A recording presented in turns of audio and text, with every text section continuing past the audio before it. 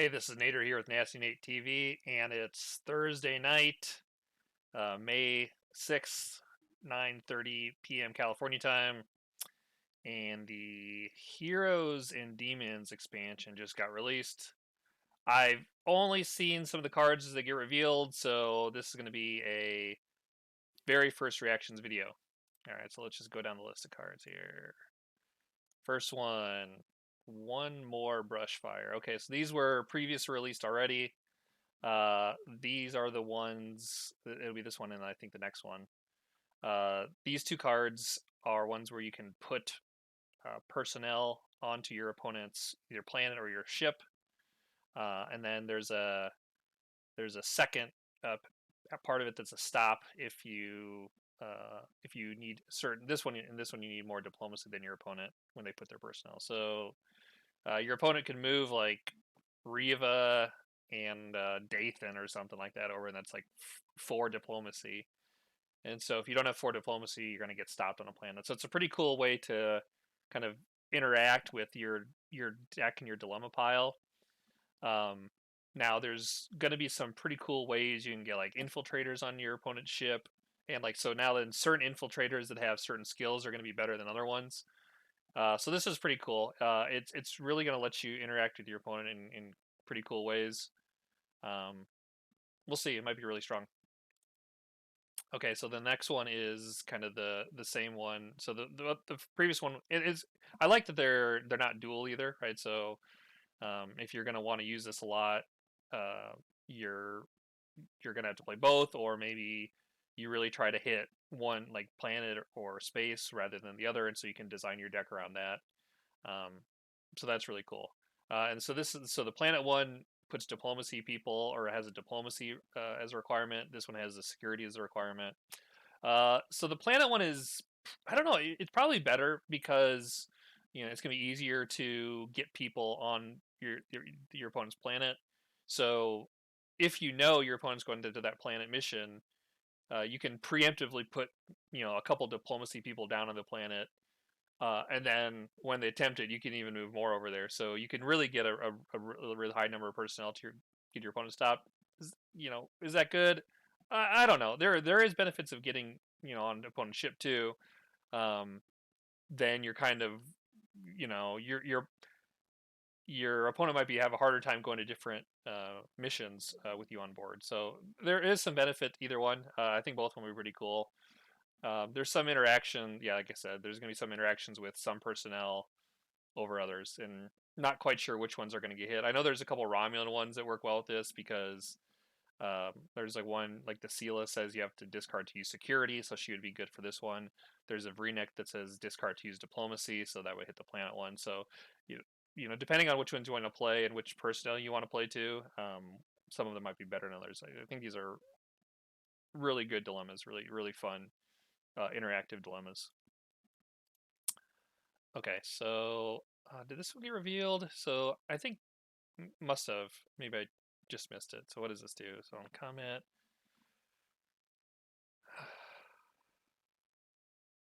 Okay, so this is a equipment hand weapon. So it's probably going to be easy to get. So if you can design kind of a deck around it, no problem. And when you do combat, do you have to win? Oh, you don't have to win even, so that's kind of nice. So you can. Oh wow, okay. So it just says when combat ends involving your personnel, you can choose one, place the top three or the bottom three, and it's not. So place the top 3 cards of your deck beneath Ferenginar, or take 3 cards from beneath Ferenginar into hand. So okay, this is going to be nuts in any sort of deck that lets you battle multiple times. Do you have to win in those battle cards? I don't know. Maybe if you lose, you have to destroy the event. But if there's any way for you to just continually battle, this could be really. I mean, this could be nuts if there's any way to continuously battle, because you could just put 3 cards in your deck with one person, battle with another person, and take those 3 cards into hand. So it's during the execute order phase. So drawing is helpful then, but there's a limit to how much you can draw. Yeah, I mean, if you could Hippocratic Oath or Arena person over to your planet, have this just to use as a drawing mechanism. You know, you fight one person. Yeah, it's kind of cool. Ferengi battle, I guess that's the thing. Okay, Sona Disruptor Pistol. Okay, so this is another hand weapon, non-unique. Okay, what's this do? Is this new? This must be a new one. Okay, when an opponent's personnel is killed in combat involving your Sona, shuffle equipment to unstop. Oh, okay, so this is a cavalry raid for Sona combat. So it looks like some of the Sona cards that they've released so far are designed for fighting people. I guess must be killed, so maybe killing people in sort of combat or engagement. So this is a way to help that. Two. So it's you lose it every time and it costs two. Uh, yeah. I mean, if it gives you another attempt, it's worth it. Um, you still run into the ship range issue, I think. So a lot of the engagement cards, when you win an engagement and you can unstop your people, it restores the range of your ships to let you go back to your missions. So this one doesn't do it, so you have to plan that out a little bit, so it makes it worse. But it's equipment, so they're easy to get. Yeah, probably okay. Yeah, I don't know. Like maybe the Dominion murder everyone thing is gonna be real, and this would be playable in it if you're playing Sona, I guess. Okay, so this one just got revealed yesterday, I think, and I don't know. This is like a total meme card. So you put it on your mission, and if your opponent moves their ship there, at the end of their turn, they're going to score 5 points if their ship is staffed. So it's kind of like you're asking someone to come to your mission for 5 points, and if it's good for them, they'll do it. If it's not good for them, they're not going to do it, right? So it has to be a situation where they think it's going to be good for them, but really it's not going to be good for them. I don't know. Um, it's kind of gamesmanshipy, but it's not worth one counter. Zero. It should be zero, and you get a draw or something like that. It should be totally free. Uh, I don't know. Yeah, zero. I think zero would be okay. Then there's at least because I don't know if you want to go fight someone, you're just gonna go to their mission and fight them. Like what's I mean, I guess you could say maybe you want if there's a deck where you want to give them points, but to land some of dilemmas that say if they have more points than you, but I don't know. I don't know. It's a meme card, I think. All right. Filing a protest. Okay. Okay, so TNG Dissidence is the new thing. One of the new things in the set. Let's see how this interacts with them. When you win combat or engagement, draw 3 cards. Okay, so the requirement actually might be pretty tough, right? 3 TNG Dissidents. So I don't think there's been any.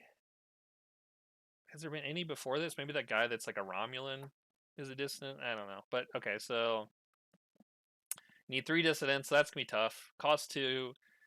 When you win combat or engagement, they can draw 5 cards. Yeah. How many combats are you gonna do a game? 1, maybe 2, maybe likely 0. So you're gonna get 5 draws for a 2-cost event. I don't know. It's okay. Yeah, I don't know. So when it would occur, so like this would be like if you could battle reliably on like a very early turn, like before you're ready to play, before you're ready to go out on 10 missions, this would be pretty good because it could like kind of jumpstart you. Um, assuming you can win combat even. But when it's going to occur is late in the game, and are you better off having your personnel stopped, right? So the Sona weapon was designed to let you battle late in the games because you unstop your people. They can go on and attempt missions. We'll see, I guess, if TNG gets something like that, but I don't know. If you need enough personnel to win combat, so if you're going against a whole opponent's whole away team, you're going to need a lot of people to go there. Do you want to spend a lot of people, stop a lot of people just to draw some cards? I don't know. I mean, again, it kind of works if you bring them to your mission with like Hippocratic Oath or Arena. Yeah, maybe that's the way to do it. Okay, so I don't know. I don't know if some of them got released. I didn't spend a lot of time looking at the new cards. I maybe just kind of brushed at them, so I'm not sure if this one got released or not. Um, it's a 0 cost paranoia. It says in your face. Funny picture. Plays in your core. Your opponent's personnel complete a mission. You may destroy this event and kill a person to download an assault or maneuver. Okay, so it's a download card that wins. So you download assault or maneuver. I guess that's going to play with this kind of other stuff. So when they complete any mission, and you have to kill one of your people too. Oh, I don't. Yeah.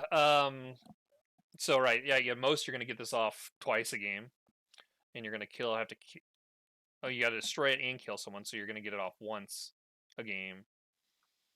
To download a card. Ugh. Oh God. That's not.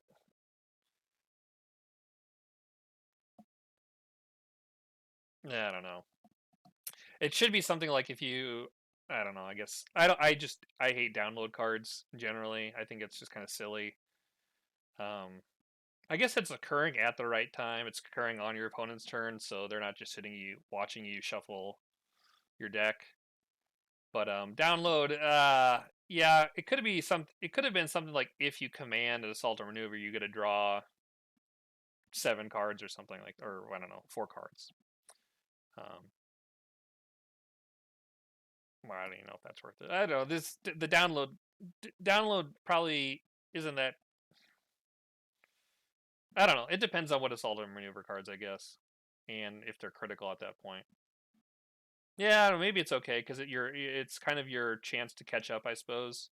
Like if your opponent just solved a mission, so you're like, oh crap, now they're gonna win. I mean, they're gonna be winning soon if they're solving missions. So I gotta do something now. So in that case, it's pretty good. Um, you pull out an all-out war, uh, to try to burn them. That's good.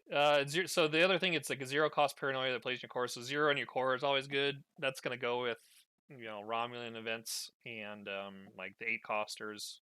So that's good. The paranoia I think is good. I think there's different cards where you have to destroy paranoia events to do stuff. So that would be okay in this. It's unique, so you're not just gonna toss 3 on the table, which is good for 0 cost core events. You don't want to just throw all 3 on the table. It's kind of silly. Not a bad card. Download is lame, but it I think it's okay for what it does. Okay, isolytic detonation. Okay, so this is a battle card. Looks like 3 costs.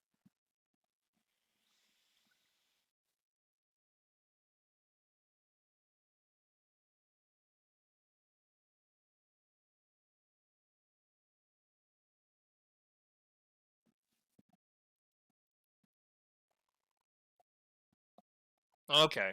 So this one, okay, so there's a lot of this ship, that ship stuff. It took me a while to figure this one out. Okay, so it looks like it's obviously a Dominion card.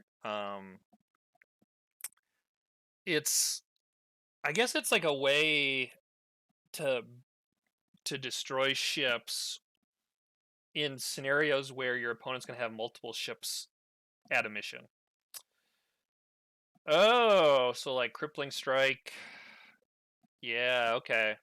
Yeah, so here how this is going to work is you're going to crippling strike an opponent's ship as they're maybe moving away from another ship. If I mean they have to be at a non-headquarters to do it, so yeah, that might happen. You might be able to pull that off. It's going to be kind of a weird range, random scenario. But if you do that, and your opponent's got two, I mean, if their opponent has three ships there, they're done, and maybe someone mistakenly does that. But if they got two there, which is going to be more likely, I mean, I have to think how many times I just have two ships sitting somewhere that one is particularly vulnerable. But if that happens, you're going to be able to download two cards, two damage cards. So that's good, because there is a pretty good Dominion ship destruction deck out there involving Lamaticon, because Lamaticon, Lamaticon. Oh yeah, it's a two card combo. It's Lamaticon and the Kamikaze ship. So you can if you have a damage card on an opponent's ship, like from a dilemma, you can run Lamaticon on the Kamikaze onto that ship, and so Lamaticon lets you unstop the ship after you win a battle, and then the Kamikaze lets you destroy that ship to download a damage marker. So if you already got one on there, you battle them, put a second one on, unstop the ship, Kamikaze it, and destroy it. So that's like it's a pretty easy way to destroy a ship. So this would go in that deck. So the damage marker actually is pretty good. So if it's down, if there's a card that's all the cards that say download a damage marker, this one's gonna be pretty good, because the -2 attributes is probably the best one you can get. So that's nice. But if you use this, you're gonna take a damage marker on yourself. Wait, okay. So then with this card, yeah. So I mean, so if you use this card in that Lamaticon combo, if your opponent has two ships there, you don't even need to have a damage marker on there. So they could just be sitting there with two ships, and you could come up with this and the Lamaticon Kamikaze and just blow those ship the hell up. That's pretty cool.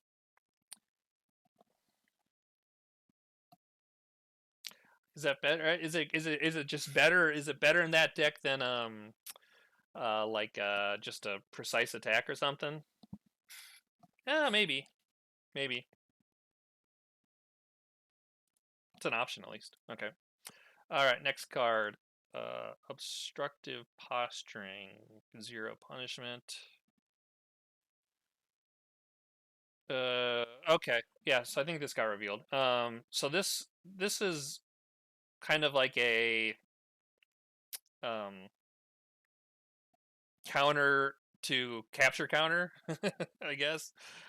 So when your opponent is gonna, so you capture some people and they play rescue captives.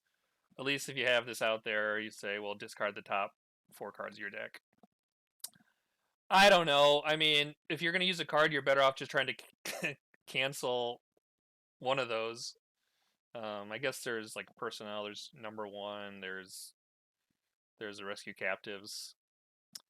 Yeah, I mean, if you have a bunch of captives and your opponent is playing TOS or something, like TOS Integrity, and you're like, well, they obviously have number 1, they just haven't played them yet. I mean, I would be killing my captives as fast as possible with like Intech or something. I guess there are decks maybe where you want to have a lot of captives, right?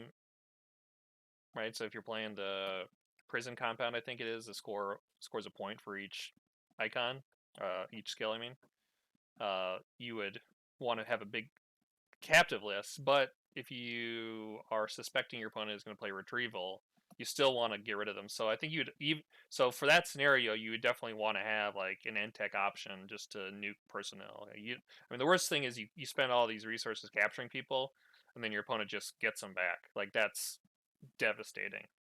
It's like game losing. So, um, discarding a couple cards off the top of their deck, that's like nothing. I mean, and it's not even like a requirement. So if it was even something like to retrieve them, they must discard a card. Like so, if you were playing a mill like a heavy Cardassian capture plus mill, and you milled your opponent now, and then they're like, oh, I guess I don't know. Maybe rescue prisoners or something like that.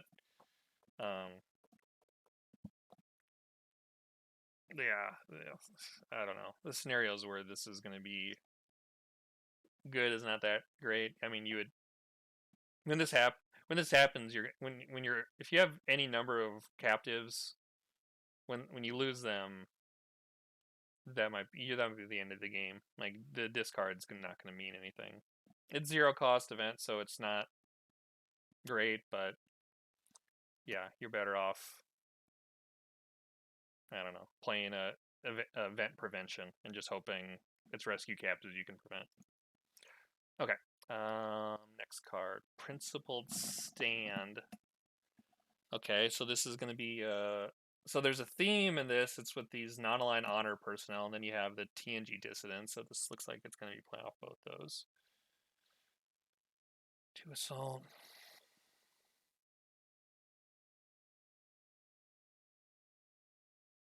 Okay, so this okay. Um, so I guess the deck this is going to work is where you have the dissidents and the non-aligned honor people, and you just kind of going to be pinging them back and forth. We'll see how good the dissidents are. We haven't looked at them yet. And then it has like a secondary effect to begin combat. If you win, you can destroy an event. So it's like here's the one battle card that just got released a couple sets ago that destroyed an event. So yeah, destroying events probably okay. Again, like a lot of these assault cards really benefit if you pull your opponent's like one personnel to your mission. So the Hippocratic Oath, like if you really want to have an opponent there, one personnel there to be able to do stuff, that's the best way to do it because it's always to your benefit. It's always gonna be much easier to deal with one person than your opponent's whole away team. Just gonna much it's gonna cost you much less. Yeah, I mean it looks like so. It looks like I think there's like the Dominion card that says like when is like a audacious assault or something like that. I think there's like a Dominion one that says like the first Dominion personnel you play.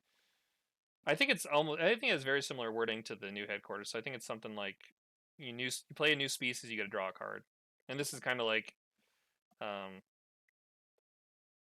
kind of like that. But instead of playing a different species, it's play a one type of personnel, play another type of personnel.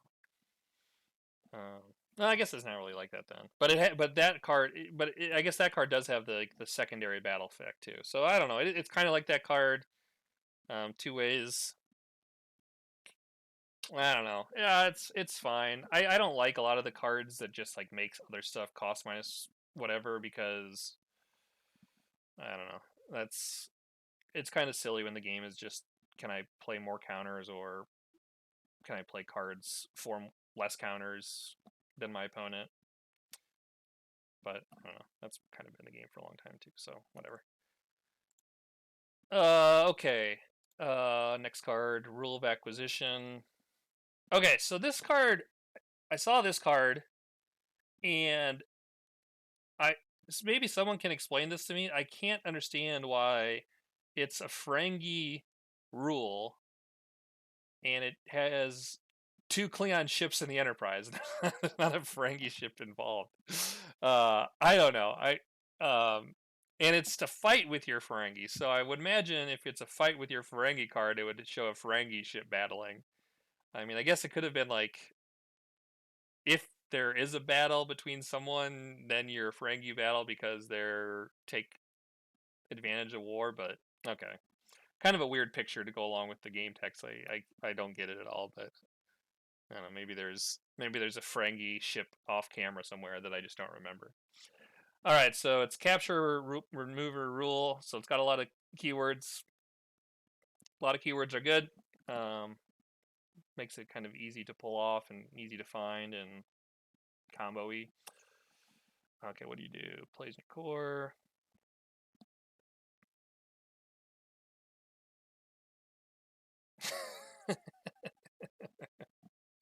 Okay, this is pretty funny. Okay, so you're gonna fight your opponent. If you win, you're gonna capture someone, which is okay. Yeah, there's Cardassian cards that would like that. Actually, I think this might even be better than some of the Cardassian cards do in terms of its cost. But okay, well, whatever. But the side part of it is the other part is that if you lose, which is I guess probably what you'd want to do in this case if you're playing with this, like capturing someone's like a big deal, but the other side is you put 10 cards beneath your Ferenginar, which is pretty funny. So you might just, you know,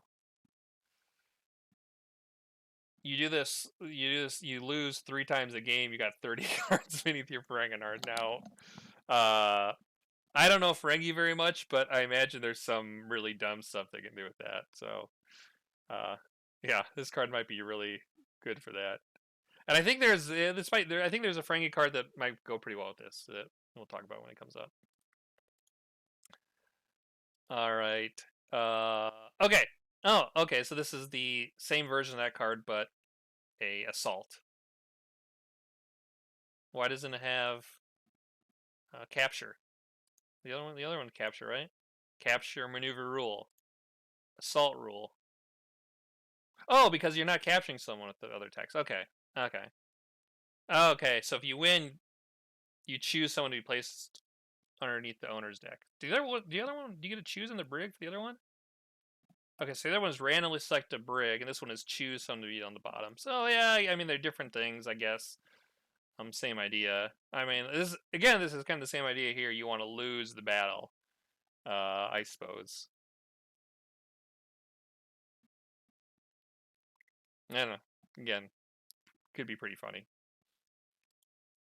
I mean, you probably would need one of them. I guess the question is, I don't know. Maybe you want to put 60 cards beneath Frankenar.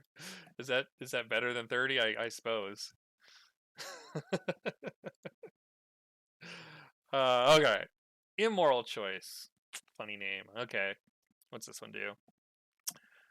When one of your Earth Treachery or Sona is about to be killed by dilemma, kill one of your honor personnel on a planet to stop them instead. Okay, so obviously, kind of how the way this is worded.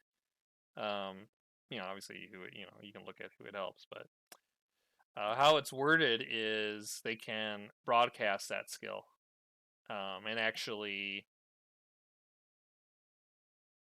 well, but they have to stop them instead. So it's not even really a save. Like if it was prevent the kill, and they continue, it would be pretty cool. But it's just it's prevent the kill and stop them, and you have to kill one of these honor people that I don't know, you pay counters for them. I think. I don't know. We'll see if other cards change that. I don't know. Why not just play Escape? Escape does the same thing. It's going to save more people. You discard a card, but I mean, killing a personnel that, you're probably going to want to play with these honor personnel for whatever reason in this deck. I don't know. I don't think it doesn't it's not better than Escape. So Paranoia card. Maybe that matters. Okay. Baku Planet. Okay, so this is Baku Planet. There's some cards that specifically reference Baku Planet. Now there's this is the second version of Baku Planet. So there's there's a link right here on it, but so there's the Fed integrity version that can get you 40 points, which is for like the cost for the requirements of a 30-point mission. So that's, I guess, that presumably is going to be the TNG version of how to do Baku Planet, and this is going to be the Sona version, because this one is just Dominion. So there's some requirements. Requires a Sona strength, so that's relevant for Dominion. For Kron. Okay. So this is a yeah. So this is Krasari for your honor people. Yeah, I think that a lot of those honors. I mean, they're all like 0 and 1 cost, right? Or you can maybe find some 0 and 1 costers. So You know, it's spending like 2 counters at some point to score 5 extra points. Yeah, that might be okay. So this is actually the one thing that, and I guess the Baku people can play here, so it's not completely a problem. But how are you supposed to play Dominion and non-align in the Alpha Quadrant? So you're gonna have to fly. You're gonna have to play like old school, where you're gonna have to fly from Founders. Sona, a bunch of Sona are gonna leave Founders Homeworld with Baku on it, or no, not, or I guess the Baku already be there, but maybe a bunch of other non-aligned honor, bunch of really nice people from the Gamma Quadrant are gonna fly across Quadrant here, just to sacrifice some people at the end of it, for I guess up to 45 points. Yeah, that's okay. Yeah, so there's the new space mission that Dominion can attempt. That's a strength mission that scores 50 points. So that 50 plus this one gives you, that's 40. Could be 45 plus 50. Maybe a 2-mission win then, or you could just play a battle card for extra points. I don't know. I guess if you can use these honor personnel throughout the game. Oh, and they're just at the mission too, but I guess they have to be unstopped. So yeah, so if for some reason you can use these honor people throughout the game to do different stuff for you, and then at the end you just murder them all for the around the corner, that could be okay. Or maybe you just never plan on getting the extra points for this, but if your opponent is playing, I guess maybe the other Gamma Quadrant Dominion, and they make you lose some points, this can catch you up that way. All right, we'll have to see what these other honor people do to make a good assessment of this. Beta Z. Okay, so this one I think is,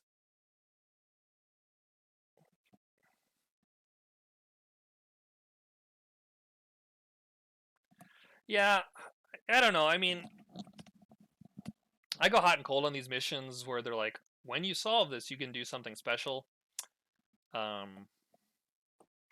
like solving a mission is victory,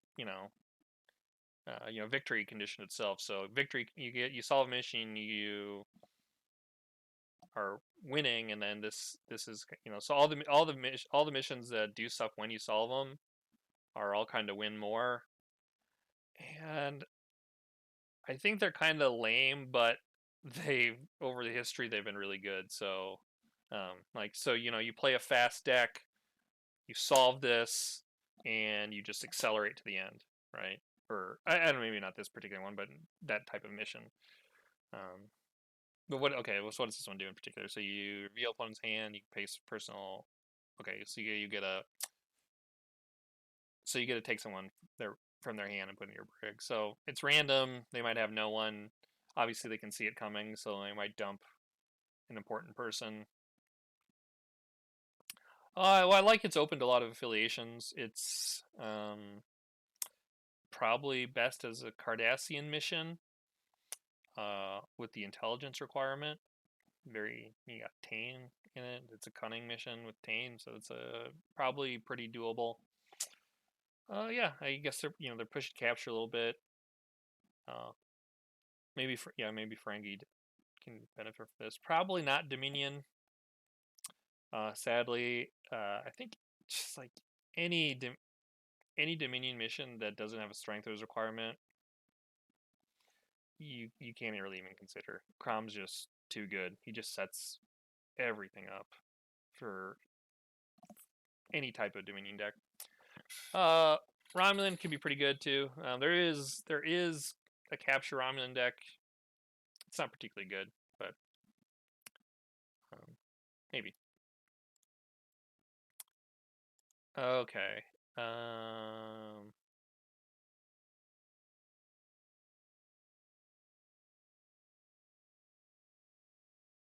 Okay, I think this one's new. So it's Dominion and Federation. So it's a strength mission, right? So it's more Dominionable than the last one. 35 points for 32 strength is really low. I mean, you can do that with 4 Jem'Hadar. The requirements might be hard. You might be pretty particular. Actually, no, I think there is a Jem'Hadar with bio leadership, honor, and security. So maybe that's going to be easy for them. Whatever. Another easy Dominion card.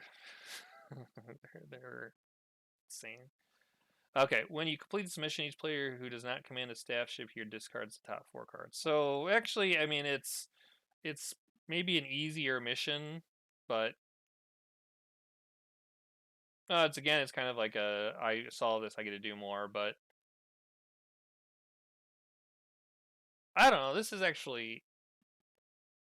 pretty. This is like a power creep card, I would say. Right? It has really easy 35 point requirements. The double honor, double treachery is not a pushover, but I mean the strength 32 is really really easy requirement. I mean that's minimum. That's like maximum 5 people for even for TNG.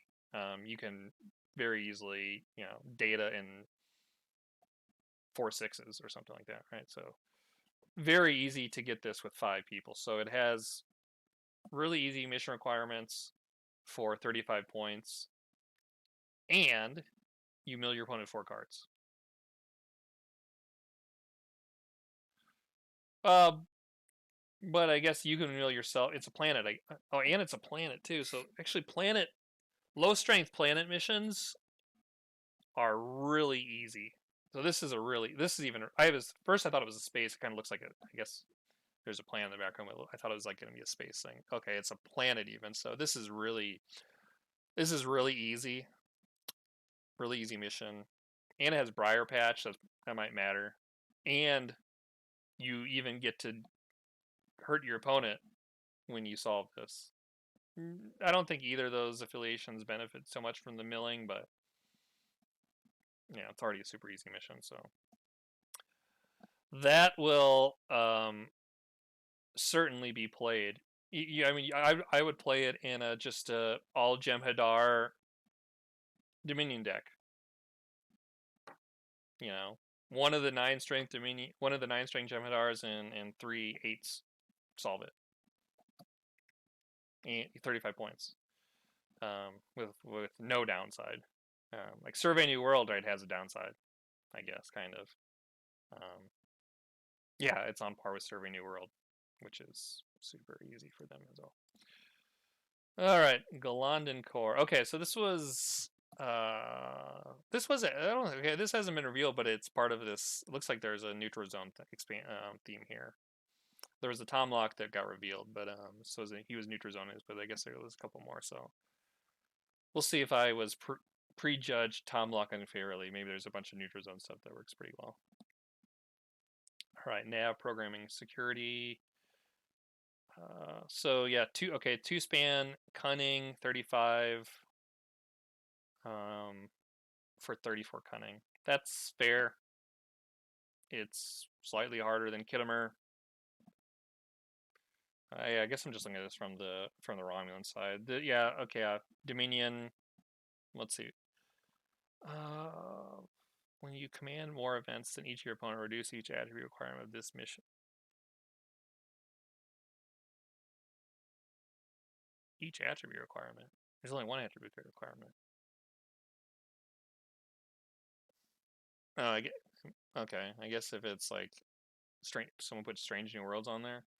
Okay, so if you have more, okay, I get it. So if you have more events, so this harkens back to some really old school Romulan cards that say if you have more events, do stuff. God, now I'm really happy we nerfed unexpected difficulties. So, so you got more events. If you command more events, you reduce each attribute requirement of this mission by 4.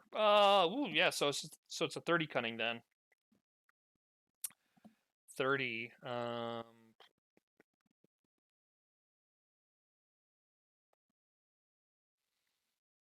Well, that's four personnel, 2 power shifts.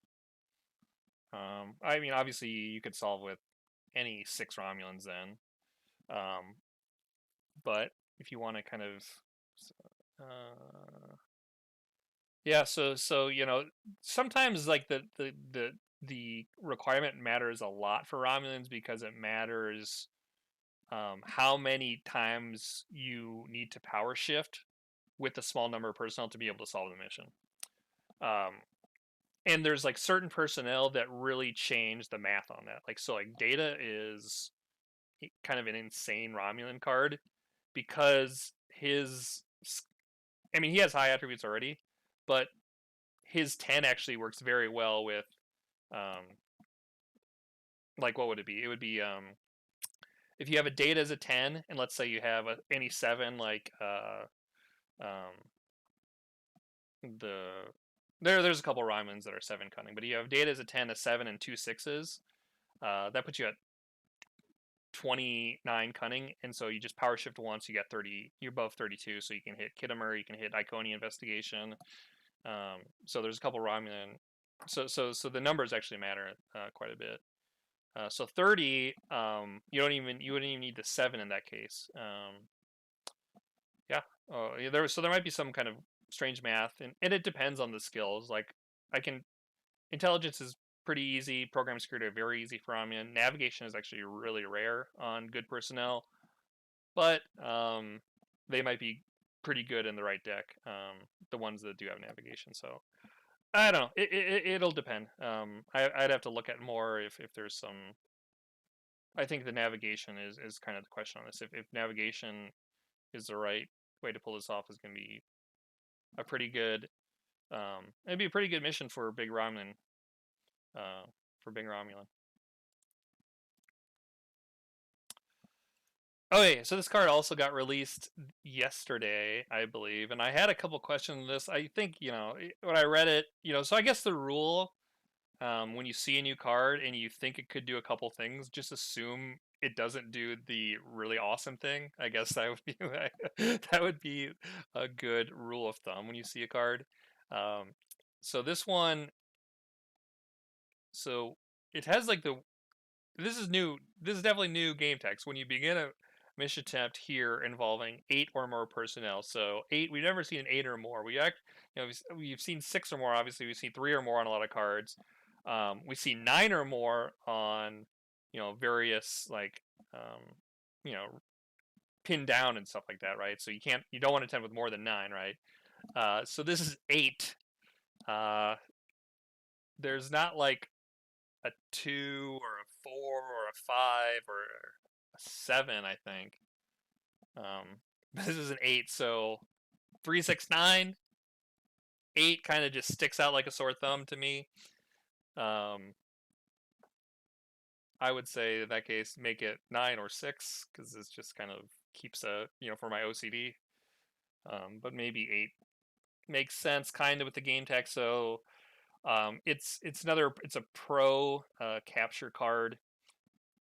And for Cardassian, it has intelligence, so another Tane card. So whoever designed these cards knows something about Cardassian, or at least is designing cards for Cardassian. It's not really. I mean, in 4, I would say the predominant Cardassian archetype. Some people like non-Tane. I think Tane's the best way to play Cardassian. So these are for that. But this is Force Band Nebula that's relevant. Normally you don't like Force Band, but Force Band Nebula works the hurried departure.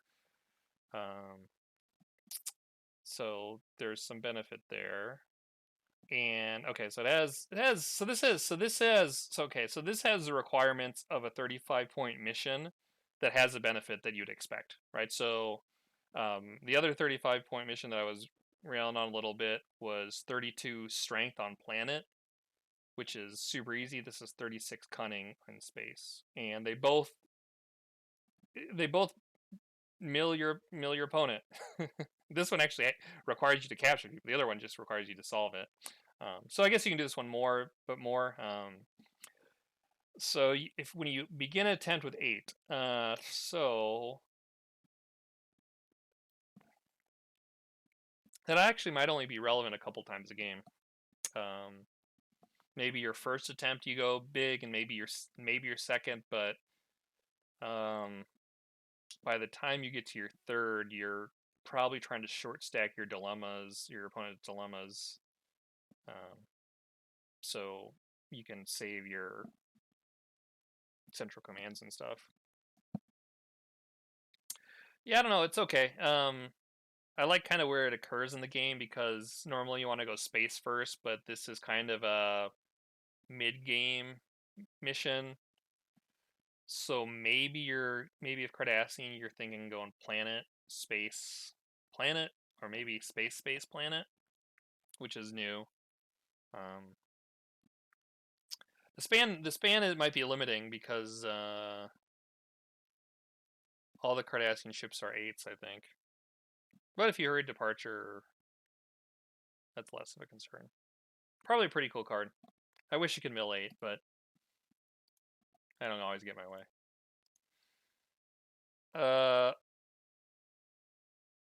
Okay. So this is a much better way, I think, to get your opponent to come fight you, or get your opponent at your mission. So the other one was just like, come to my mission and score points. This one, so you can think of it in two ways. You can think of it as, I want to bring my opponent to my mission, convince them to battle me, because then I'm going to do something back to you. Or you can think of it as, that's actually the downside of this mission, right? So it's 35 point, 35. So this, again, it's like 35 points with easy requirements, but the game text actually has a double-edged sword. So like unlike the first one I was railing against, which is only kind of beneficial, this one actually has a double-edged sword to it. Force-span Nebula too, which is pretty cool. So you can do some stuff with hurry departure again. The double requirements are tough, like 2 nav and 2 honor. So often, you're playing a game with someone and they attempt a mission and they're like, yeah, Picard has all the skills and these are the attributes, right? So it's nice always to have, like, it's really nice if you can find the right combination of personnel and missions where 1 or 2 people have all the skills. So the doubles always make that hard, because it's very rare that a person has a double skill, and they'll never have double of 2 skills. So that's not going to happen. And at the same time, now you're saying, okay, well, I need to find maybe a person with honor and, like, let's look at the top requirement, honor and nav, and then another person with honor and nav. That gets me there with 2 people, right? But now you're pulling 2 cards from the same pool, right? And so the overlap, every person you grab from that pool is the same, right? So, like, there's not going to be like 6 different non-unique people that have honor and nav, especially for just 2 affiliations. So that's going to make this a little harder to solve.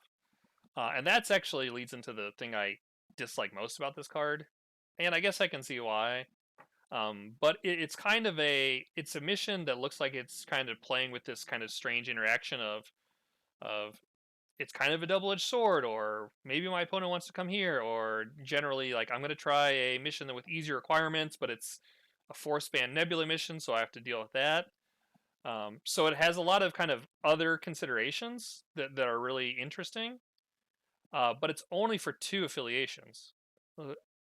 And so, it has a lot of cool features to it where you're trying to see, like, can I fit this deck into this interesting card? But now you can only do it with 2 affiliations, and so you just lose a lot by doing that. So maybe this is kind of a cool mechanic for, I don't know, like a uh, like a Romulan deck that like wants like if there's some Romulan deck that um wants your opponent to come to your missions. I don't know if there would. I mean, maybe Fed and Dominion are the best two to do this with because like come to my mission. When you leave, I'm gonna crippling strike you or something, right? So maybe Dominion makes sense for it, but like I don't know. There could be all sorts of ways that you could have kind of this interesting interaction with kind of all sorts of affiliations. So I think this card would have been perfect if it just said any affiliation may attempt this mission, and because it's restricted to these two, it's much less interesting.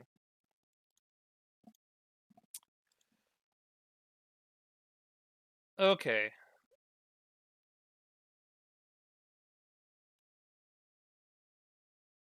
Huh. Okay. Oh, this is new. Um, this might change some opinions before. So this is it's Dominion Fed. So yeah. So really, I guess only Dominion Fed are going to be able to deal with this Briar Patch stuff, which is, I guess, an argument why Sona should have been non-aligned because then you could have went Dominion Fed non-aligned, and then any affiliation can do all these things. Because it's kind of a cool play, right? You might this one I guess you'd solve this one first. Now your other ones are span -1, and which is kind of fair. So this card has like you know it has easy requirements for 35, but it's 4 span and it's nebulous, so those are both double. So a lot of I like to double-edged sword a lot of these things. Um, I just wish they were open to more affiliations. Um, and it's a Dominion Cunning mission. So I don't know. Like, so now is it only Fed? I don't know. Maybe I'm railing too much on Dominion. I think Crom is too good. That is on my list. All right, next card. Mace set. All right, so we're into personnel. Uh, okay, so another download card. Whatever. A lot of good skills. Double nav. We just got done looking at double nav. And good attributes, these 6s across the board. Is that Ducat? Is that like the actor who played Ducat, kind of before he was Ducat? It looks a lot like him. I don't know, maybe who do you think all Cardassians look alike? Yeah, I don't know. Discard to download maneuver pursuit. Whatever. I mean, I would actually always when you download stuff like this, I would just wish it was like draw instead, or when you play a maneuver event, draw or maneuver pursuit, draw 3 cards or something like that. So now it's gives you some card advantage, which downloading does, but it speeds things up, and it's less combo-y, and it's more kind of this is the deck I'm playing. A lot of the download is just like I got to get this very specific card for this combo in this specific scenario, and it's kind of lame. But yeah, I don't know. This one I don't know. It's okay. Too much download, especially on your turn. I don't mind download when it's download on your opponent's turn. There's like very few cards that actually do it that way, but that's actually better because you're like, hey, while you are doing stuff, I'm going to be downloading, so I have to kind of pay attention to you and download. So that's actually the downside of downloading. I have to kind of micromanage these two things going on at the same time. Whereas when you download on your turn, it's just like, all right, pause the game. You can just sit there and pick your nose, and I'll do whatever, right? So I like downloading on your opponent's turn, but that's on very few cards. Whatever. Okay. Asona. Okay, is any good?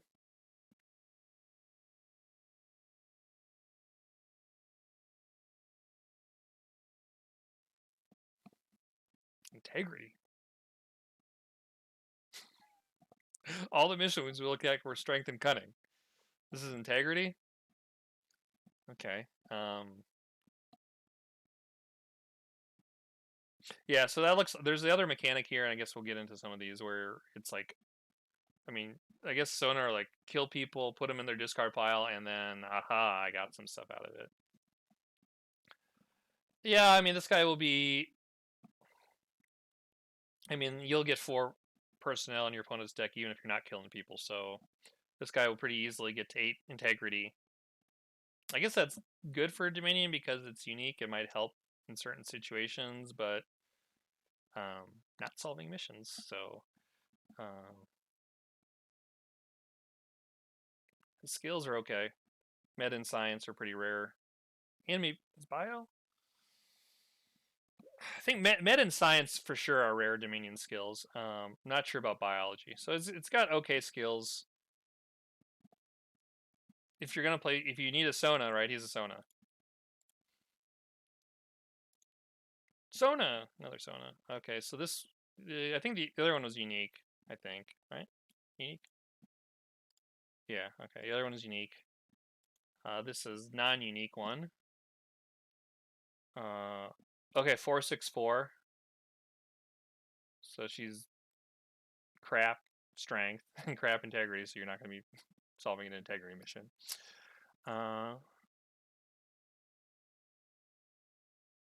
Oh, okay. So she's like a 0 cost card, essentially. Less than that. Yeah, I don't know if Dominion need any ways to make their personnel super cheap. I mean, yeah, you're playing 4 cost Jem'Hadar for 2 or sometimes 1 even.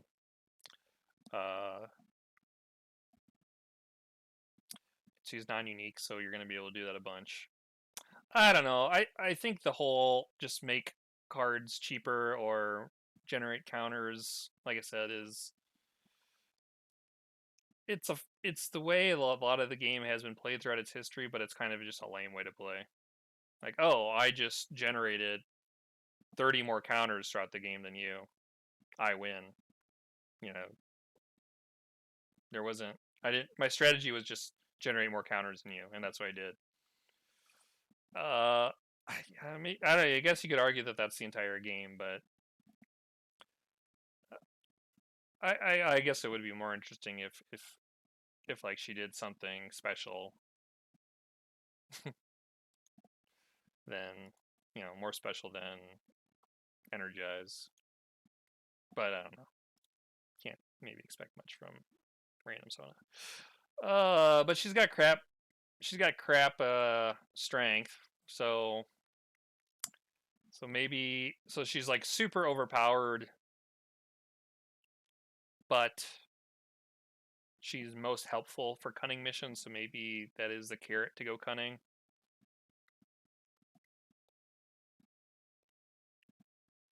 Whatever. Skills, Exo's. Well, Exo's good for strength missions for Dominion.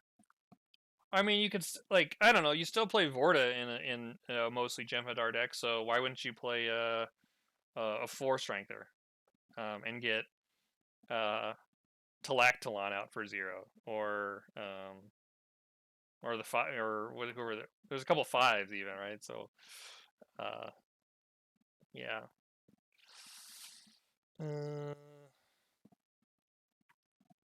Overpowered? I think so.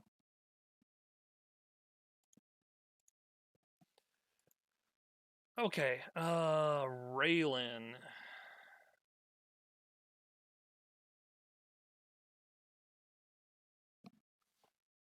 Okay, so he's a two cost 9 unique Sona, and if you got a couple people in your opponent's discard pile, which is going to be pretty easy to happen. Oh, gains acquisition. Okay, so he is your new nothing to lose counter for Dominion. Dominion had only the Bilby that could do it naturally, unless you could do it with some like strange math involving Vorta gaining a skill but then losing integrity or something like that. So you play Dominion Hierarchy on a Vorta, but they get attributes with that too. So you'd have to drop their attributes down with another card like Dark Dissension or something like that. So there was ways to like sneak around Nothing to Lose the Dominion.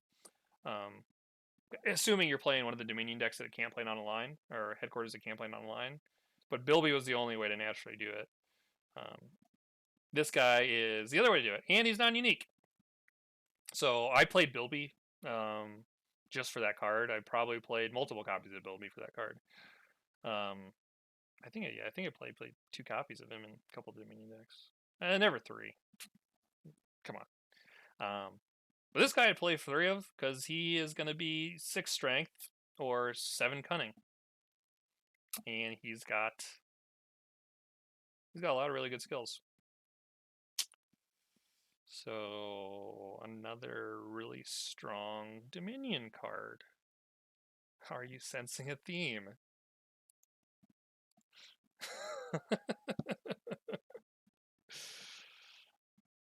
Hey, another Nothing to Lose counter. Okay. Ruafo. When your opponent's personnel this mission is killed during your turn, you can draw a card equal to their cost. Okay. So,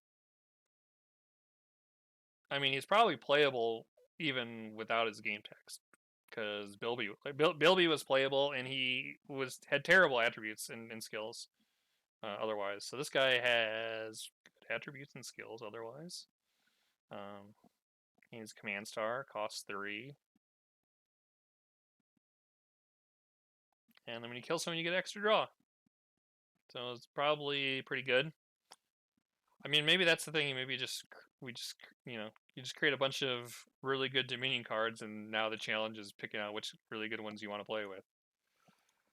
The answer to that is you just crom the ones you really want, and then you just use all the other ones for extra counter generation. Sadly. All right, Sampo.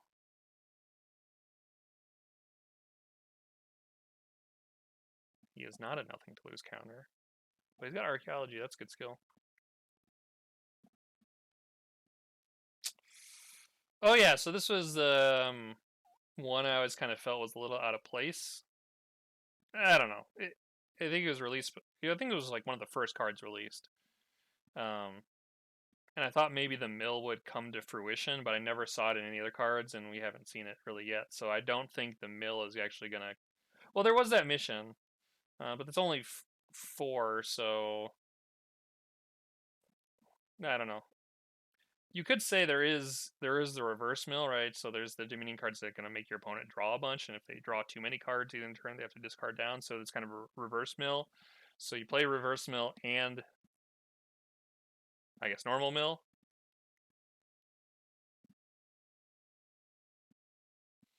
So you got Roafo in this guy.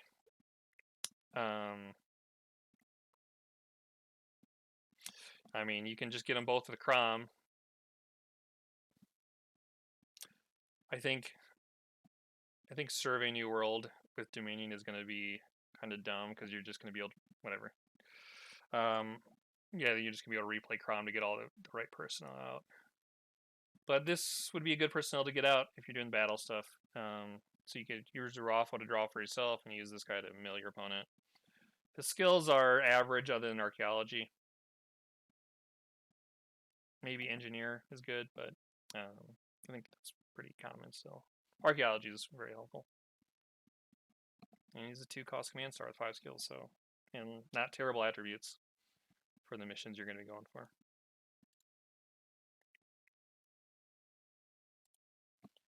All right. Stop looking at those ugly Dominion cards. Who needs them? All right. We got the good boys. Or girls, in this case. Beverly, holding a rifle. Looking pretty old, I would say, in that picture. But she's probably an old lady at the time.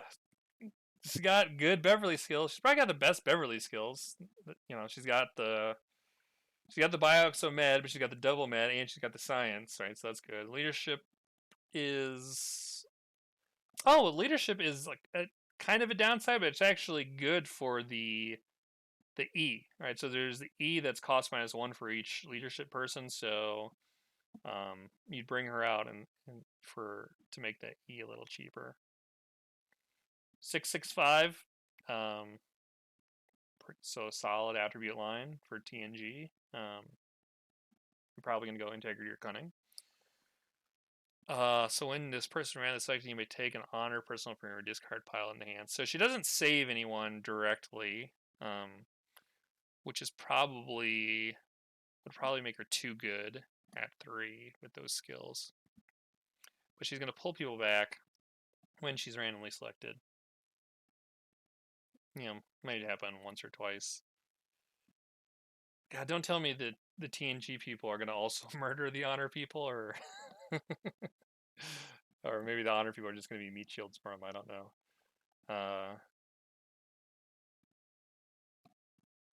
We'll see. Decent card. Let's see what the rest of these dissonants do.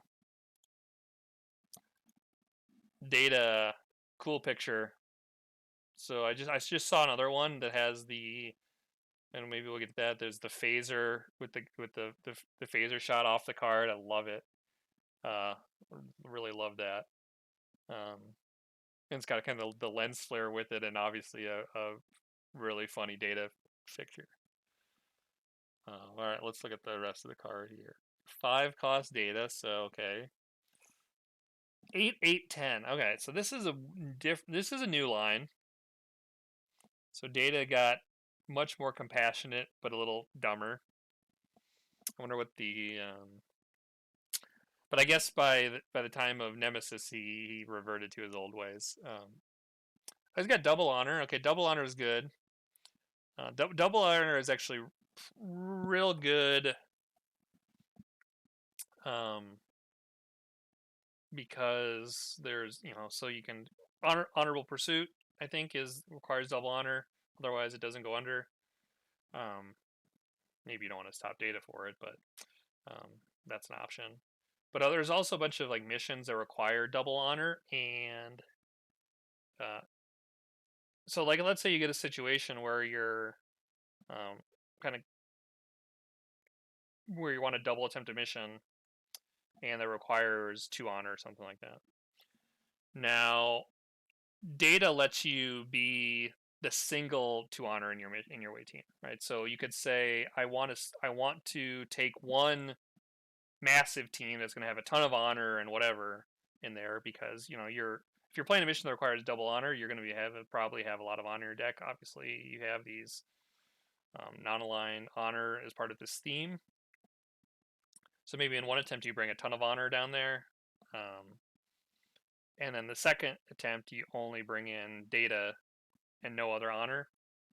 Now the risk obviously of that is like a random selection hits data, but you also are protected against an issue of trust. Yeah, maybe issue of trust isn't good anymore, but so that's always irrelevant. In a way. What does he do? When a number of your honor personnel are present to kill the card opponent owns, those personnel are stopped instead. Okay. So he's Beverly, basically, for these honor people. That's kind of cool.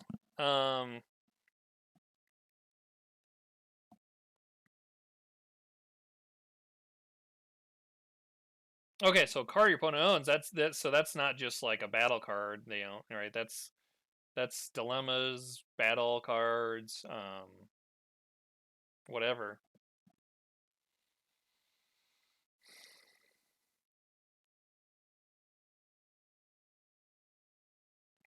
5 cost. Yeah, he's pretty good. I like big cost personnel that do big boy things, and this guy does big boy things with a good stat line. So he's gonna be a target. Maybe these honor people step in. Maybe that's what they do. Let's see. Troy. Okay, so I get the theme here. All the bridge crew is holding rifles or shooting. Data shooting a phaser. So that looks like the theme. That's kind of cool. Let's see if it holds up. This one got released already. It's actually it's just like its stat line is really good. So it's two, um, 2 with 5 skills, a command star, and 6 integrity, and not just like 5 random skills, 5 like really, um, you know, pretty rare skills. Right, telepathy is a really rare skill. Uh, Exobiology is a pretty rare skill generally. I think for TNG. Diplomacy is good. Diplomacy works with kind of the other side of the E. Anthro and Bio, I think those are. Bio is always good, and I think Anthro is a pretty common mission skill. Yeah, so she's just got a good stat line. And then okay, then what she says.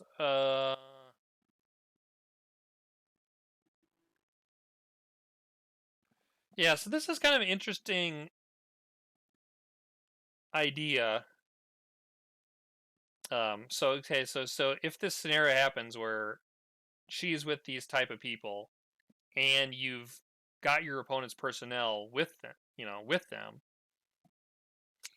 people play with their hand revealed,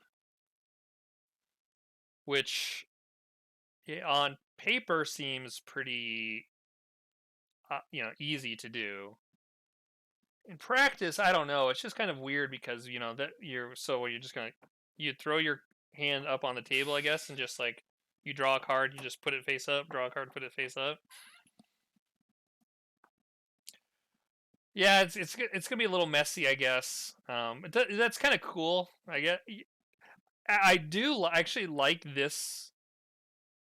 I like this a lot better than the way like Tall works, where when something happens, your opponent reveals your hand, and then like so with Tall, the problem with Tall is if he goes off every turn, you're like constantly asking, "Hey, can I look at your hand? Hey, can I look at your hand? Hey, can I look at your hand?" Here you just say, "Hey, we're looking at each other's hands until you turn it off, and then we go back to normal." Maybe maybe that changes again, but so I like this way. I like this a lot better than any of the Romulan cards that kind of Tall in particular that keeps looking at your opponent's hand. So that's kind of cool. She's a good card. Pretty fun card. Practically, we'll see how if it might never happen, right? um, but there might be you know there might be a point in the game where you really just need to know if your opponent has a certain card. For example, end of the game, you're you're looking at a mission that has 6 dilemmas underneath it. You're like, well, I can just attempt with 6 people, and I'm gonna solve it. Game over, right? Uh, unless your opponent has an uninvited, they uninvited for some 0 cost dilemma that stops you. So you could, um, so like with Deanna, I guess you could say, well, I see they have an uninvited, and I know they have maybe some, I don't know, maybe there's some 0 cost, like Polywater, right? I guess Polywater wouldn't work for a 6. Let's say it's a 5. Let's say it's a 5. Okay. Let's say it's a draw. It's 5 dilemmas under. You can attempt a 5 and win the game. But you're worried about a Polywater from an uninvited, which would be a play that could be a game winner. You could purposely fly over Deanna and these 2 people down to your opponent personnel to see if they have that card.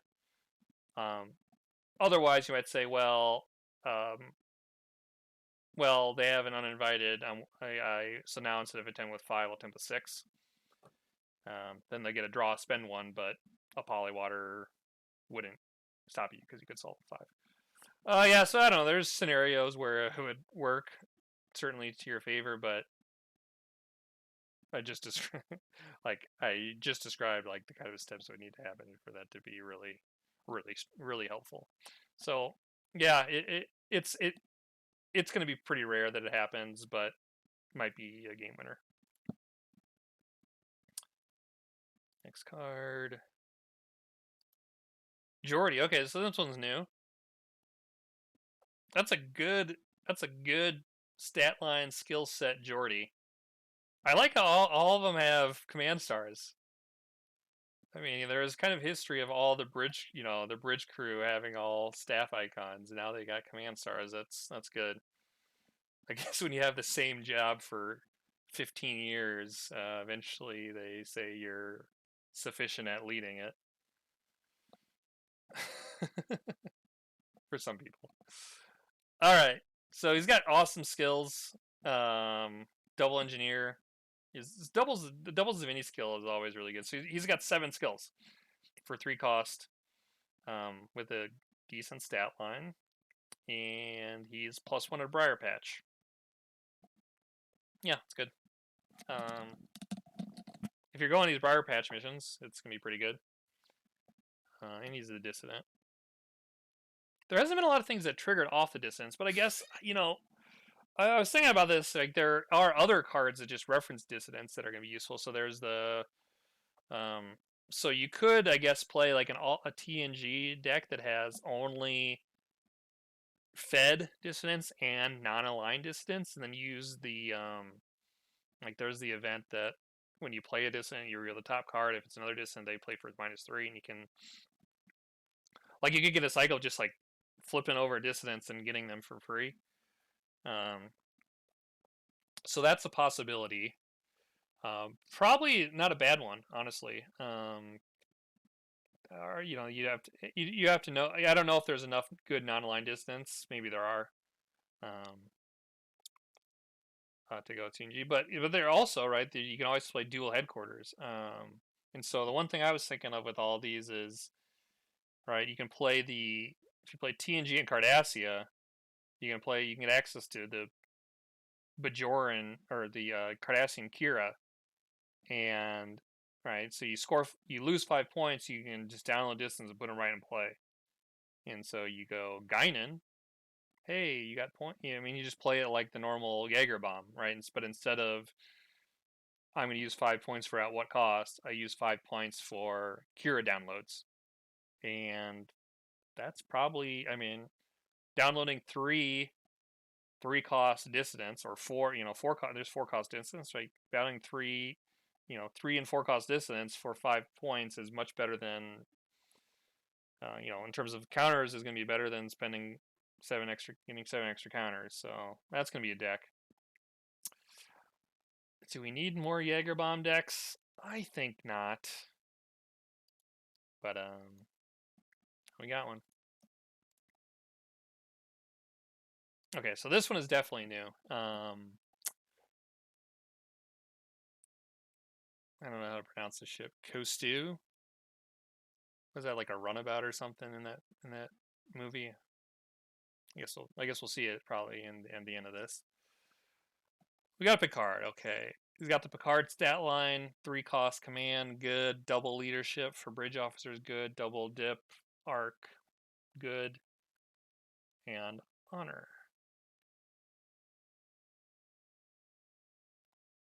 Okay, another download card. Yeah, I don't know. Yeah, downloading a ship is fine, kind of. I just don't like the download stuff.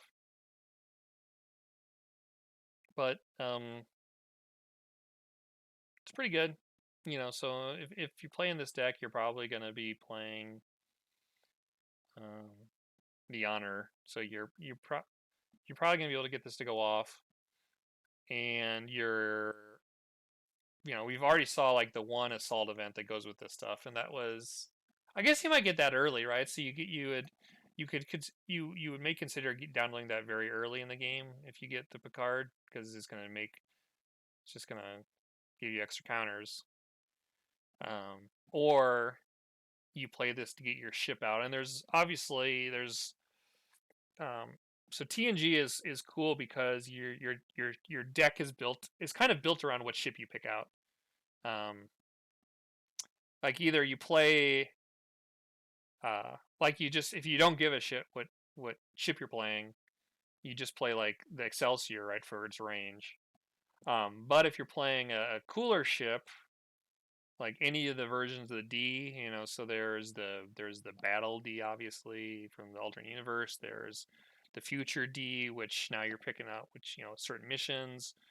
There's the loaded for bear D, which is kind of a really combo-y way to generate extra points and do other weird stuff.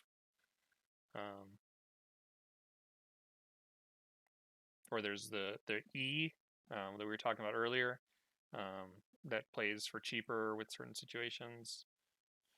So, okay, I was just thinking about this now. So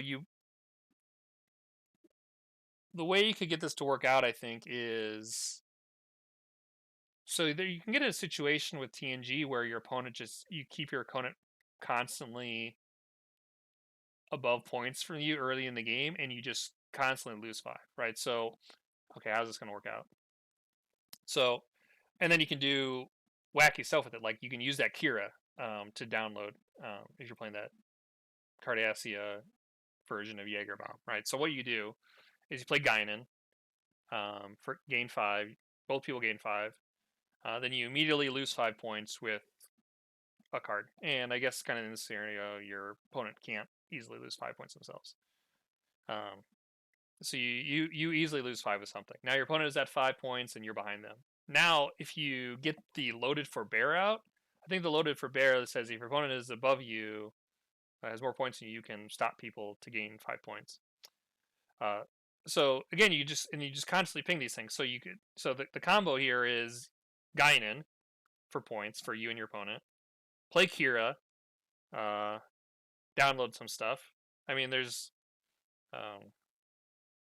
there's probably a way to download this thing that isn't play it, or yeah, there's the allies on the inside. You allies on the inside for Picard, so you can play them, or whatever. I mean, a million ways. All you really needed to do is you needed to get once you get loaded for bear ready and Kira, you're constantly scoring 5 points and then downloading 3 people into play. Score 5 points, download 3 people into play. And so your opponent, you're constantly behind your opponents. You're able to use loaded for bear, and you're doing that just pulling out 4 costers out of your deck, 3 at a time. That's gonna be nuts. That's better than Jaegerbomb, I think. Yeah, all the there's a lot of good now. All the Vulcans that are dissonance, they're honor non-aligned people. That's gonna be maybe that'll be the deck I play. First deck I play out of this. That's gonna be strong. Okay, Kel Param, new personnel, cool. Dissonant. Yeah, so she's like Jordy, but instead of gaining a couple attributes, she gains a couple skills. So she can have 6 skills at these missions with a good stat line for 2 cost. Yeah, she's gonna be really, really, really good for that deck. Love the picture. I was thinking about this. The game text should be, it should be something like, "I intend to shove it down the Sona's throat," because that's like the last line Riker says right when he gets this look from her, like she wants to usurp Troy with Riker on that. Anyway, pretty good card. Yeah, the TNG stuff's going to be pretty strong. All right, we have a new version of Doherty?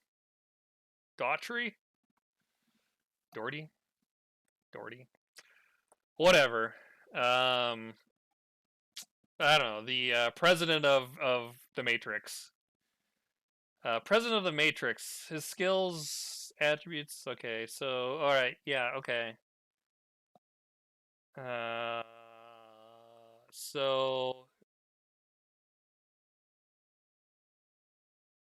So he's like the Martok founder that can be played at 2 headquarters, and they actually become that affiliation rather than just can be played.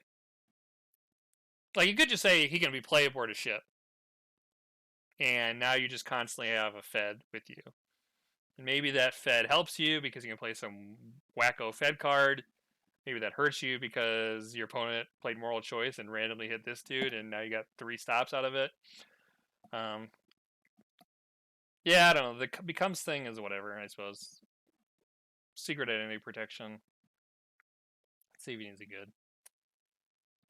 Each of your treachery persona personnel is cunning +1.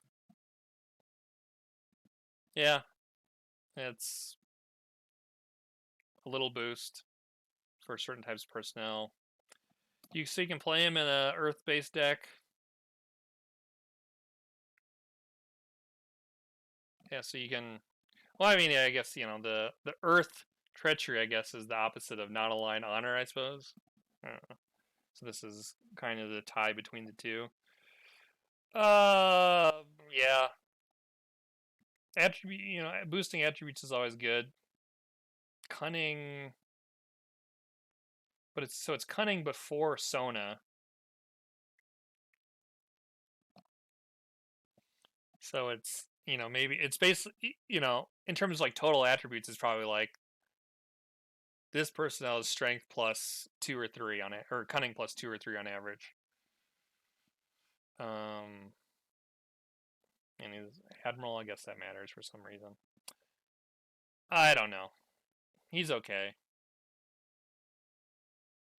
I love the other version of this guy, the Personae over here. I love that version of him, but he's exclusively a Fed card in that case. I don't know. I think I think you don't gain enough from going cunning. I think you lose access to so many good Jem'Hadar, and it's just so much easier to solve a mission with 4 Jem'Hadar rather than like this guy and 4 Sona and a Vorta. I think that's much more hard, much harder to do.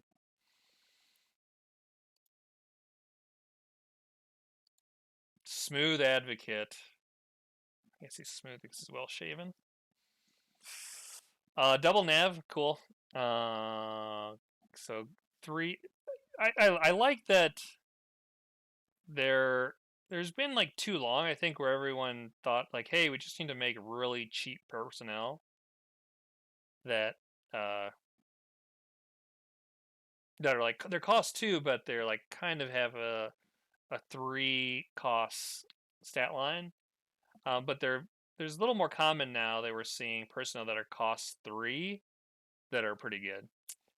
I want to see that continue higher. Like I want to see like, hey, bam, here's a 7 coster. This person's gonna rock your world. Oh, you S item? F. But whatever. I feel sick, but oh yeah, well then I'll just bring in this other bomb 7 coster, right? I love that. And then like you have bigger personnel, right? Now like kills become more important, then saving people becomes more important. So now decks become slower, which I think is when you play bigger personnel, you're attempting missions slower, but when you're attempting missions, you're solving them more reliably. I think that's just would be a cooler way to play, and so I like that there's cards that push that a little bit. We'll see if that's actually going to work out. But okay, what's this guy do when you play?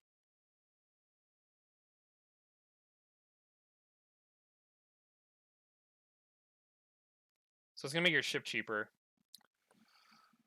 Oh, take back everything I said about making cool mid-cost personnel. If you just make mid-cost personnel, just make other cards cheaper. You just made like a cheap personnel. But yeah, the other weird thing about this is the one of the E's. I think the most interesting E. I think there's only 2 of them. But that one already plays for cost -1 and for each leadership person. Yeah, so if it's already going to be like, if it's already 0 cost, like you can't make it negative cost, right? But now maybe you can play USS Sovereign, I guess, as your ship, as like your backup ship, and this guy would help for that. Well,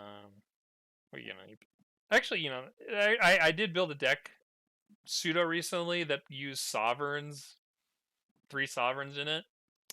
It was a TNG battle deck. I guess it doesn't matter what your missions are if you're playing battle, really. I mean, because you just have to solve any missions and you're battling on your off time. But yeah, I don't know. I don't like just cards to make other cards less expensive, even if it's just in like some situations. Okay, Worf. Intelligence. That's interesting. Like another 3 costs. Okay, so it looks like all the TNG distance are 3 cost. And since we've hit Worf, we've hit the end. So are we missing any bridge crew? We're missing, I think we got them all. I think we got them all. I think Worf was the last one. I feel like they should have a big picture of Worf's zit in from the movie. Maybe, yeah, I guess. Okay, I guess they wanted to do the everyone holding a gun thing. But the Worf's zit is like, I mean, that's his. He's got like 2 roles in that movie, right? His one role is to have the zit. The second role is to like aggressive tendencies, Captain. As he, the picture of Relentless. I forget what he says. Like he's got 2 roles in the movie, and those are the 2. I guess this is kind of capturing the what I think. Was he's taking like his mechlith on one of those? I think he takes his mechlith on one of those drones flying around or something like that, which is a very Worf thing to do. But yeah, I could have got the zit shot. I think that would have been kind of funny as well. Whatever. Let's see, he's got the Worf stat line 858. Not a lot of skills for 3 cost. Let's see what else does.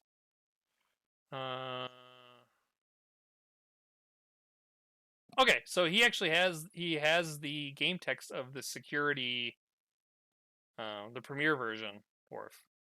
I think it's the one shown right next to him. So the base version is if I think it's like how many security you have, and this one is how many NA honor. You can look at the top 3 cards of your opponent's summon pile, and then you put them back. So it lets you do stuff like where you say, okay, I look at the top 3. Oh, but it's just when you play them. Oh, that's not as good. Yeah, the other version I think you can do every turn. So this one is just when you play them. You get some sneak peek. If it's just when you play them and you look, I don't know why there's a limit. I think you do limit 20, and it wouldn't be a problem. So look, hey, I look at the top 20 cards of your dilemma pile. I mean, I guess if you're really crazy and the cards worked out, you could do some wild manipulation, but I don't know. Someone just says, okay, I'll Vera. Shuffled. Or I'll use this unexpected difficulties. You looked at the top 10, now I'm looking at whatever. Yeah, so I don't know, it's okay. I get, but it's also probably not great that you can scout your opponent's dilemma pile very easily, but TNG can already do it with the other Worf. And if there's an affiliation that probably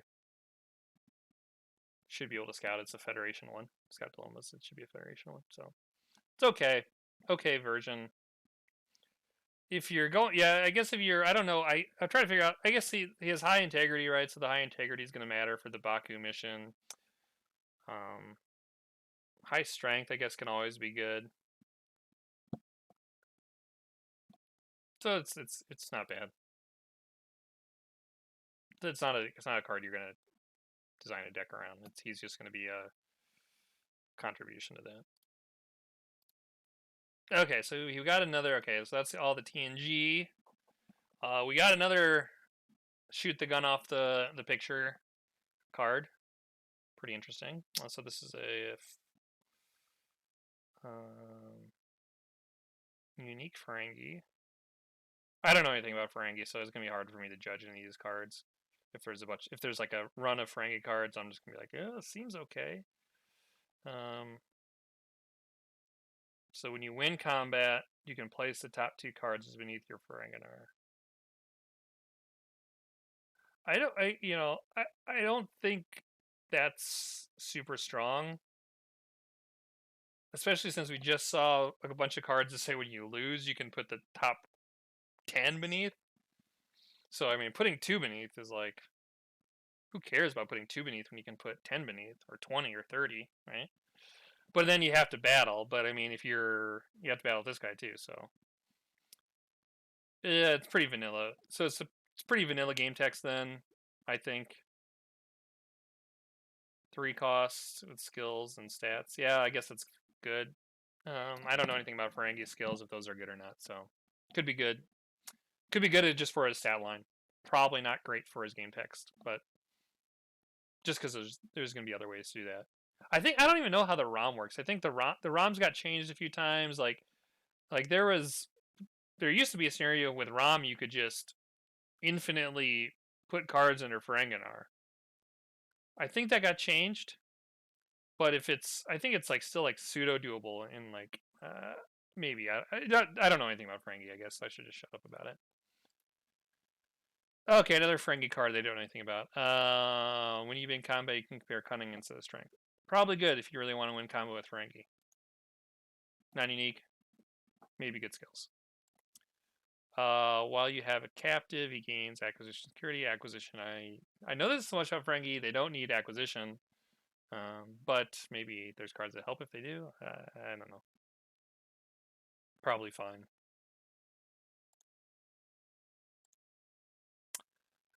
And okay, so this is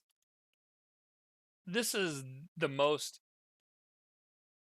I would say, okay, so I know I was told about a combo with this card, and but so that's going to be a little wild.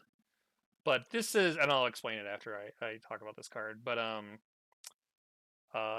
this guy is pretty.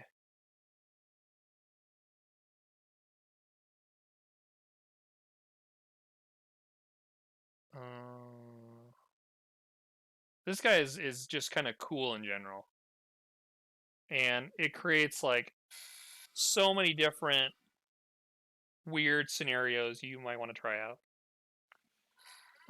Okay, so the very basic way to do this is you're just playing Ferengi. You somehow get one of your ships underneath your own ships underneath your mission, and I want to get 5 points, so I'll just give my opponent this worthless Ferengi ship that they can't. That's kind of a fun Ferengi. Like, hey, I'll sell you this junk, right? So you sell them the junk and they score 5, and you score 5 points, and ha ha ha, everyone has a laugh that the Ferengi sold them. The Ferengi sold the Federation a ship that the Federation can't fly, right? That's kind of a funny scenario. Where it gets a little more interesting is like what ship you pull out can be, you can design your deck differently. So if you wanted to, like, let's say your goal was to get, and again, I guess I don't know Ferengi enough that if it's trivial for them to put a bunch of cards under Ferenginar, but if it's not that straightforward, and you really want to use those rules we looked at earlier to put 10 cards underneath Ferenginar, you could say, okay, well, I'm going to just like stock my Ferengi deck with Borg cubes and get a Borg cube under Ferenginar, give it to my opponent, my Decora class Marauder or whatever, could beat a lot of ships, but it's not going to beat a Borg cube, so I'll be able to purposely lose to that Borg cube, right? So if you're worried that you want to battle your opponent, but you want to make sure you lose, right? You can bring out a Borg cube, and now you've got this kind of cool combo. Again, your opponent can use a Borg cube, but likely, that would work out that way. You go to the other side, like let's say you're playing something where you really want to win engagements. Now you put out a a runabout or something, right? And so now you could just, I don't know if there's any like Ferengi scout ships or whatever, but if there's like some super easy Ferengi scout ship, you could like a 3-cost ship, you can run a 3-cost ship over. Let's say you're playing, if you really want to battle, you might be playing Call to Arms. So you can bring a ship over, attack it, and you get a Call to Arms 10 points very easy. Or it's a good counters if your opponent might be playing some big ships. Let's say your opponent is playing, your opponent could be playing just like let's say they're playing Dominion battleship. You're like, well, there's no fripping way I'm gonna be able to beat them in a battle. So I'll just have some other kind of random ships that have some uh, downside to give my opponent that I can battle. Now I don't. Now that's the next thing. I don't know. There might be like a certain ships that are just good at giving your opponent downside. So the non-Voyager is obviously in there to not give them relativity, right? So if you gave them relativity, you would just I think how the game text of relativity works is all non-future people are get removed from the game. So if you gave them relativity, they would just it's obvious it's broken. But there might be some other cards that have some like strange downside uh, that could work with this. Okay, but then the other way this is, I was told it's broken, is in combination with stuff. And mostly in combination with the Kraxen Cardassian ship from a couple sets ago. So the Kraxen says when you begin an engagement, you mill cards equal to the total cost of ships at a mission. Okay. Oh, but I guess this is where they do not command a ship. Wait, how does that work then? Okay, well the way someone was describing to me is you would just keep planning worthless ships at one mission until you get like 30 costs in total mission ships there. You bring a Kraxen over and they mill 30 off the top. But I guess it says, but for me to bring out add an opponent's mission where they do not command a ship.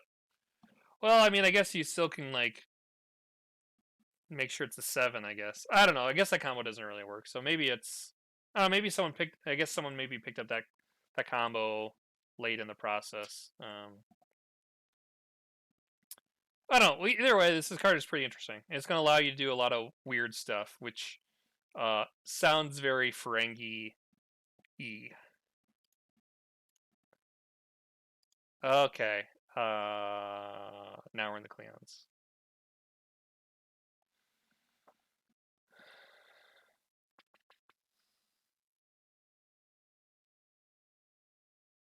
Yeah, I mean, yeah, she's okay. Again, it's a 2-cost card that like make cost 0. So yeah, it's fine, but whatever. Smuggler, yeah, I think there was another version of Bait Smuggler. This one doesn't directly. I think a lot of the other ones, not all of them, but say like Baitor or Lursa. Yeah, it's okay.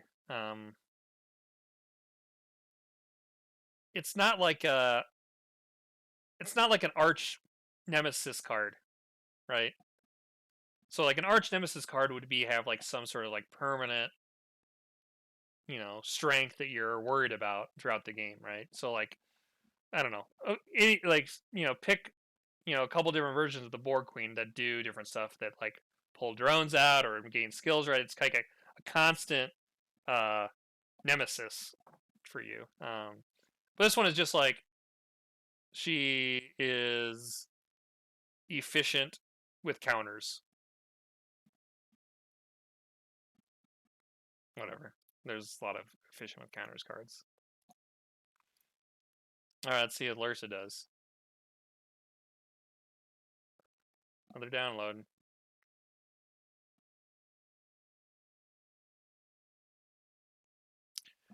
Yeah, I mean, download is basically efficiency, kind of, but for certain combos. I don't know. I've said enough about downloads.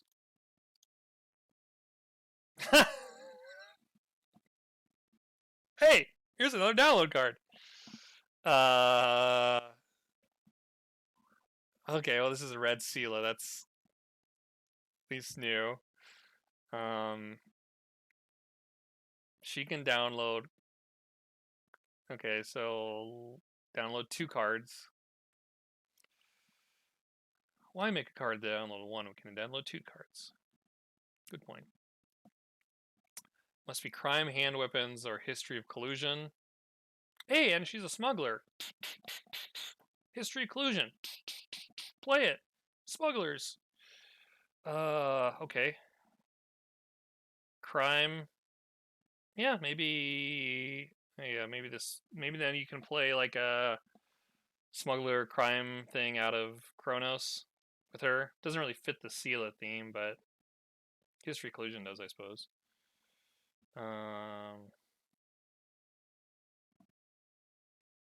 Yeah, fine.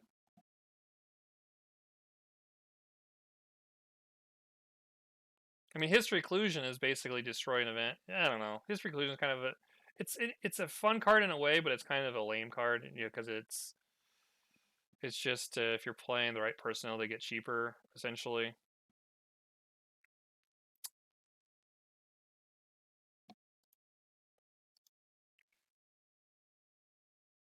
I don't know. There's Cleon Treachery is a pretty fun deck to play in general. So having more options for that is pretty cool. I don't like that it's just we're just gonna make it more card efficient as the solution, rather than like we're gonna let them do something kind of wacky that's very treacherous. Okay, we got another Cleon Smuggler and Thief. And it's Soren. Working for the Cleons. Okay, yeah, so I read the game text on this. And I don't understand why it's Soren. Like, that game text would go better on like any other red card ever.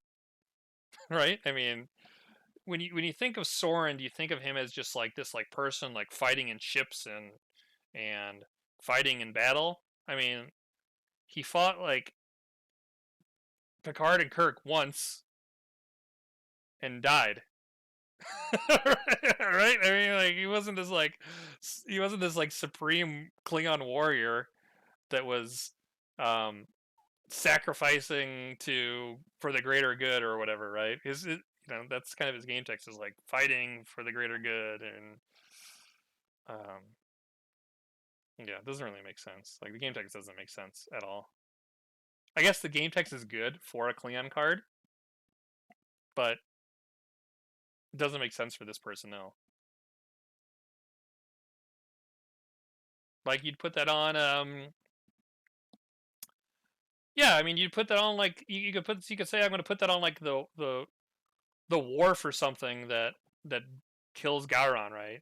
You know, in DS9, like as a Klingon version. Like that game text would make more sense for that card, because like you won the battle, but you have to give it up for the greater good of the Empire, right?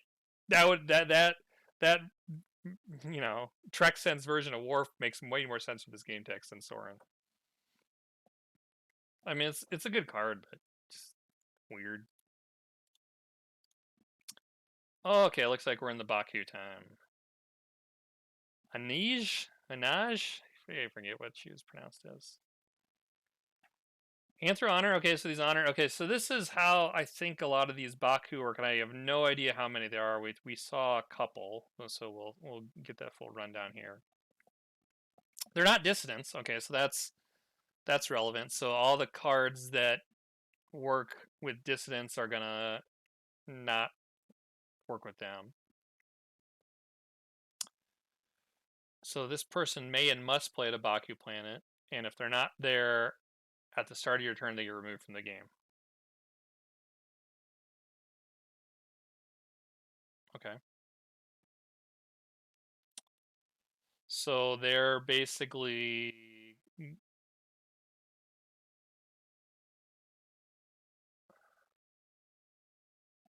So they can't actually... Okay, so they play on the planet and they can't like beam up even. So because they have to be on Baku planet, not at Baku planet, I guess, right? So when you're attempting the mission... No, I guess, well, it's at the start of your turn, so you can beam them up, do your attempts, and then send them down at the end, I guess, right? Yeah, okay, so you can, yeah. But you just can't move them, and if you move them, they're dead at the end. So the solution is you just solve Baku planet last. Easy. What does she do? You stop a personnel present to draw a card. No limit?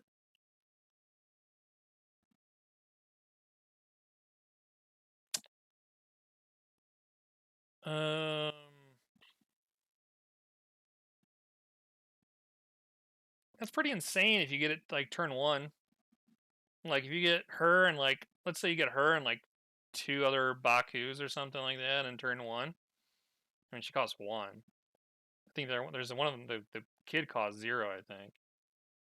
So you just throw them down, and now you get free counters every turn until you can use them to solve a mission.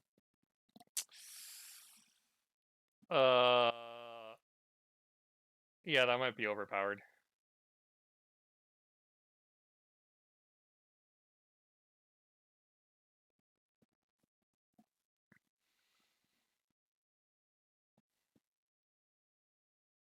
Yeah. God, that's...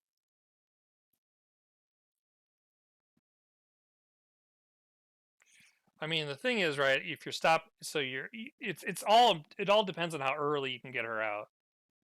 Like, if you can get her rolling and start rolling, like, on turn 1, it's overpowered as hell. I mean, if it's not till turn 8, then it's not worth it. I mean, the good thing is if your plan is to always, I guess, solve Baku planet last because you want to keep these people around doing stuff, they're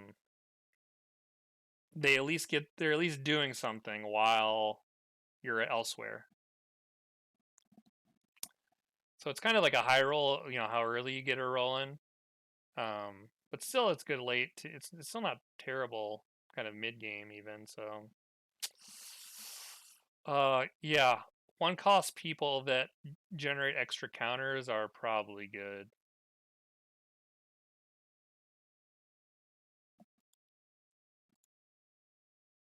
All right, here's that kid.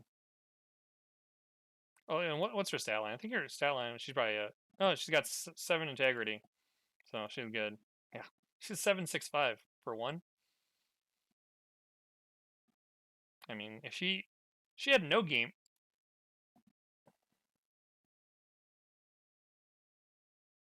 Yeah, I don't know. Pretty good. I don't know how this is gonna work. It's kind of like it's a weird situation because they can only stay at one planet, so it's kind of like their events. They're kind of like more of like events than personnel, but they can be used personnel, but for kind of a short period. Whatever. All right, let's get it. We have this one going on too long. We gotta finish this up. Start turn Baku planet, remove game each personal present attributes 1. Okay, yeah. So attribute boost. Fine.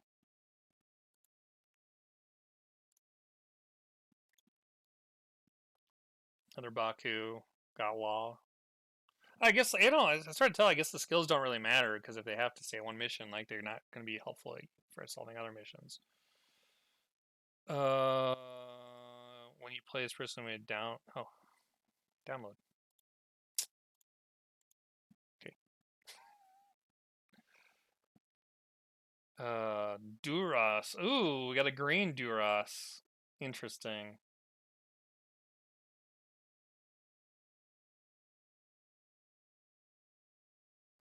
The picture is when he's fighting Worf to the death. Is he acting very Romulan-y at that point? I don't know. The better picture I think of him is when he in the I think it's the Sons of Moog episode when Kern's first appearance, they ultimately go back to the homeworld. That's where some shady behind the stuff is happening. And that's when the Romulan conspiracy thing gets exposed. But then Worf has to like promise not to say anything for the good of the Empire. And there's a couple cool scenes in that, and returns to that returns in later on in the episode that are really cool. And so one of them is Duras like Worf walks up there, he's like, "I'm coming to the challenge," and like Duras comes up there and just like strips off his like stuff off his chest. Is like, "You don't belong here," right? And like that's like such a and right, I think he even hits then he hits him or something like that. And then at the end, like Worf exposes him, but it's not public. But behind the scenes, and like Worf like does the same like backhand to him, and then "You're the son of a traitor." You're the son of a traitor," he says to him. And so there's like those two kind of like paired scenes. Whatever. But what I'm getting, but then when Worf kills him, he kills him because he killed Kalar during the uh, rite of succession or something like that. So it was not very Romulan at that point, is what I'm getting at. And so, but it's really Romulan during that one episode. And so it would have been cool if the picture was like Duras either ripping out that stuff off his chest or slapping him or anything. Like the Duras like picture 3 seconds before he gets a bat'leth right on his chest. Kind of a weak version. Whatever, let's look at him. Assassin. Okay. I don't know if he's really an assassin. I guess he's kinda. Oh, I mean, I guess he. So yeah, I don't know. I mean, it's a interesting Romulan card. I mean, it's the game text of the albino, right? Isn't the albino like kill and honor personnel? Like what does this guy do that's any new?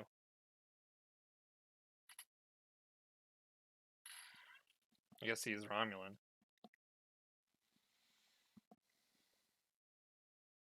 So what are you gonna you're gonna play the one Romulan chick that lets you play assassins to your opponent's ship, and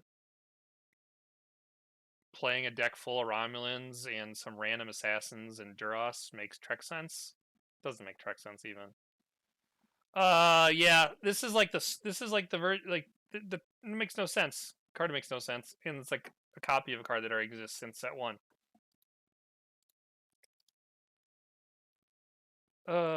Talus. Ooh, we might get a new ship. I think we do. I think we're getting a new ship. Nice. Let's see what we get here. Good suit. Oh, Romulan with navigation. We were just talking about that earlier. That's good. 3 cost command, 6 skills. I always love Romulan cards, so I'll probably be extra critical of this one. Or jump for joy. Let's see it. When the Deradix class ship, this person was aboard, moves the same mission opponent, you may begin engagement involving this personnel. Okay. So this is begin a free engagement. There's quite a few Romulan ships, Deradix ships. Maybe just one actually. I think the other one I think is the Scimitar, but I don't know. I think there's a couple Romulan ships I think that do stuff when they win an engagement. And so this guy lets you kind of do that for free. That's decent. The problem is, there's Romulan Battle isn't really a deck. It's a archetype that there's cards that exist for, but it's just not any good, so no one plays it. Does this change things? I mean, I don't know. I don't know. I don't. There's the support for Romulan battle that isn't really there. There's like call to arms and like one ship. So winning a battle isn't that great. Well, we'll see. Maybe a ship does something cool. Let's see it. We'll get there in a second, I guess. Tom Locke. Oh, okay. We've seen this one already. I was pretty critical of it. Um, I think we just saw a pretty good neutral zone mission. So there is a neutral zone Romulan deck that isn't terrible. It's not good. And this guy is a 4, 7, 8 in that deck, which is a good stat line. But it's like, it's not a big enough carrot to play all four neutral zone missions, right? For that stat line.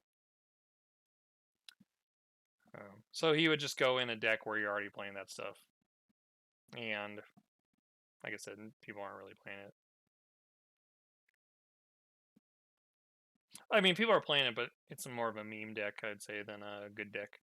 There's so many good Romulan decks that that doesn't compare. Like you have the big Romulan, just play a massive amount of events and play certain missions that are very power shiftable, right? It's I played that deck years ago. Few people won worlds with it. There's kind of the more new age Romulans that are Riemann heavy that play the do battle stuff. There's Galgathon that can always be played. That can play in a lot of those different decks. There's the Assassins deck that Greg Dillon played. There is, yeah. So, and then there's just like kind of just random like solver decks that you play just the right missions. Maybe this card goes in that, but then you're playing certain missions. So I don't know. The neutral zone stuff is decent, not too good. They just don't have like a good. So like if you think you'd want to play it right, you'd say, okay, well, patrol neutral zone is kind of the way to do it, and so that's going to be worth a lot of points. But they don't have a really good way to round the corner other than just like save up a lot of points with guides or something like that. So I don't know. It's not that good. He's got nav, which is good skill, but pretty vanilla. Actually, I really like the premier version of Tom Locke, and I think he's got almost the same skills, very similar stat line, but a better game tech. So, I don't know. Okay, Lysira. Okay, so this is we've seen this card in many different versions, across different affiliations and even within Dominion. So when when an opponent's personnel is killed in combat or engagement, you can place a Sona from hand aboard the ship. So you're probably not going to play the one. You're not probably not going to use it to play the one Sona that makes people cheap when you play her, right? Because then you don't get that benefit. But the other ones are there's just how many Sona have we seen? We've seen 3 unique and 2 non-unique, I think. So maybe at most you have 9 different Sona in your deck, or that you could use with this, and 3 of those non-uniques you probably don't want to use this text for. So 6 personnel. Yeah, maybe if the ship actually wasn't. I don't know. I guess I shouldn't be talk too much trash. Dominion just got. I think the Sona cards they got are insane-o. So, but this ship isn't better than what you play already. Like it's the tick, but for Sona, and the tick doesn't get played. And I mean, in terms of placing free personnel, the Breen you would place with the tick is going to be better than the Sona you're going to place with this. So I don't think that's going to be very good.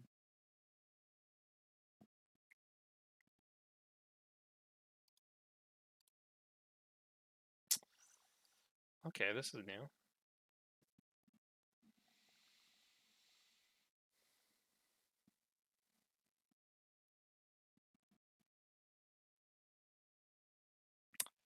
Yeah.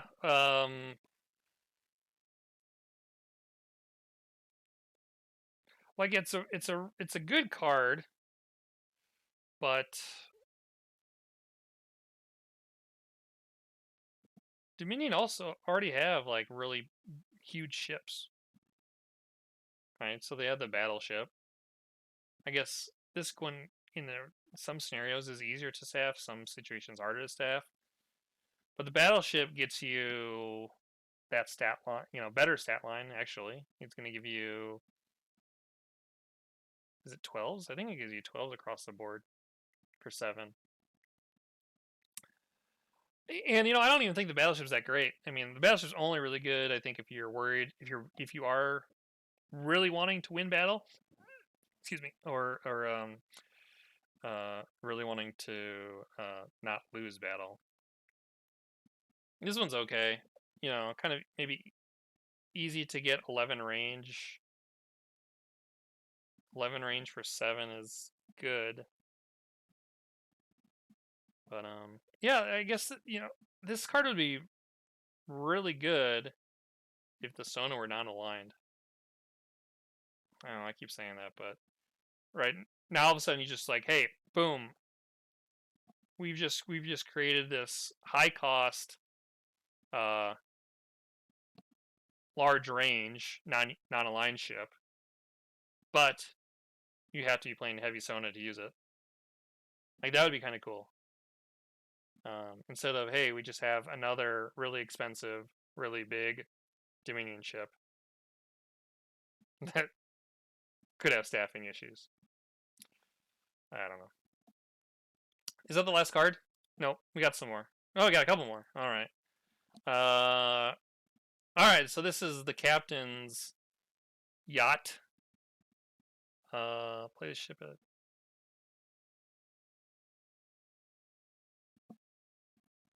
Hey. Download a card. Nice. Real nice.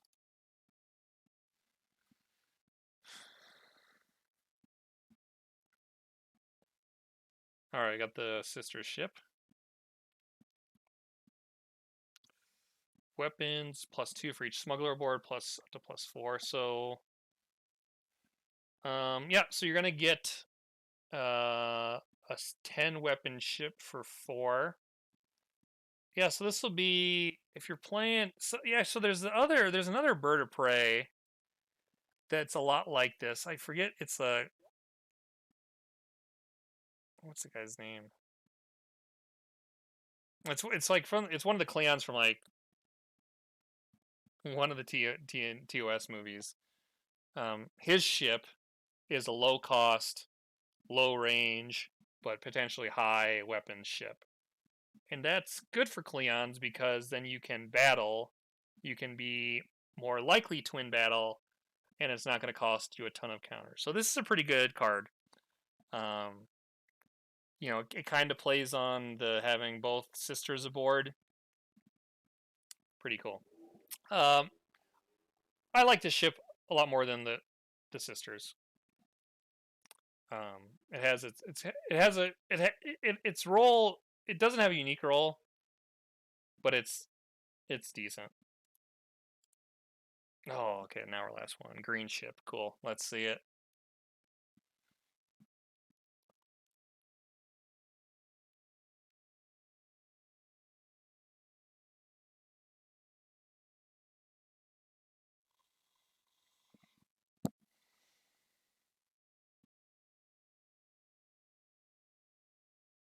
I don't know enough about damage dilemmas. There's some that are awesome, right?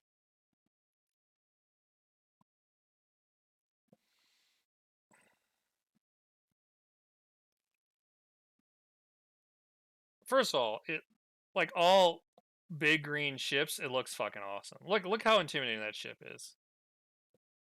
Okay, it's 7. I think the other ones are 6 though, right? So this got this they popped the cost up 1 here.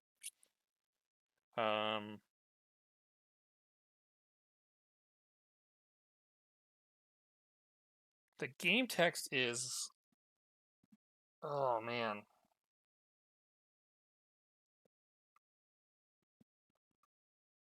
Like... Alright. Here, we're going to look up the damage dilemmas real quick.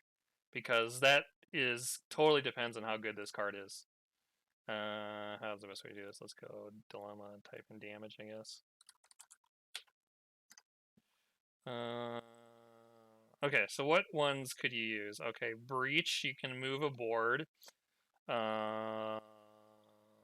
Caretaker's Wave. At the start of each of your turns, the owner of the dilemma places a ship at a mission. Okay. So that could be insano. Attributes. Greater needs. That kind of already exists for another one.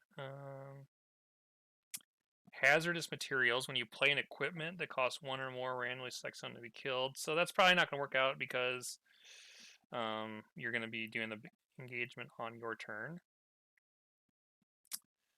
What's Caretaker's Wave is? How does this work? Okay, so you read it as so at the start of your turn, each of your turns. So at the start of your opponent's turn, if you play this card at the start of their turn, you're going to be able to move that shit with Caretaker's Wave. So hazardous materials is not going to kind of work. Macrovirus could work.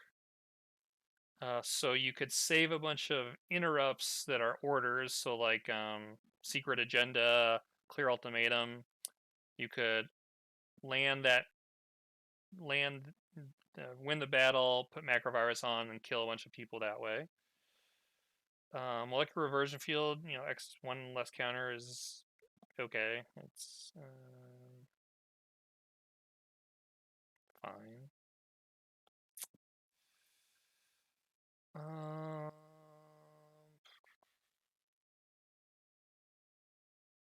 Surface defense. That's interesting. Surface defense is just annoying as hell, but Romulans also have quite a few ways to pluck out certain skills, so you could strand a ship somewhere with surface defense pretty with the right deck, I would say.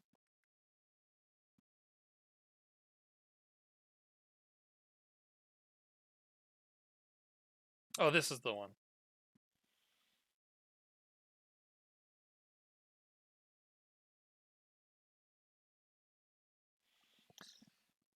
Oh, thermokinetic explosion. Okay. So this is why the text is like they can't have a damage element on there, otherwise thermokinetic explosion would just be an auto kill.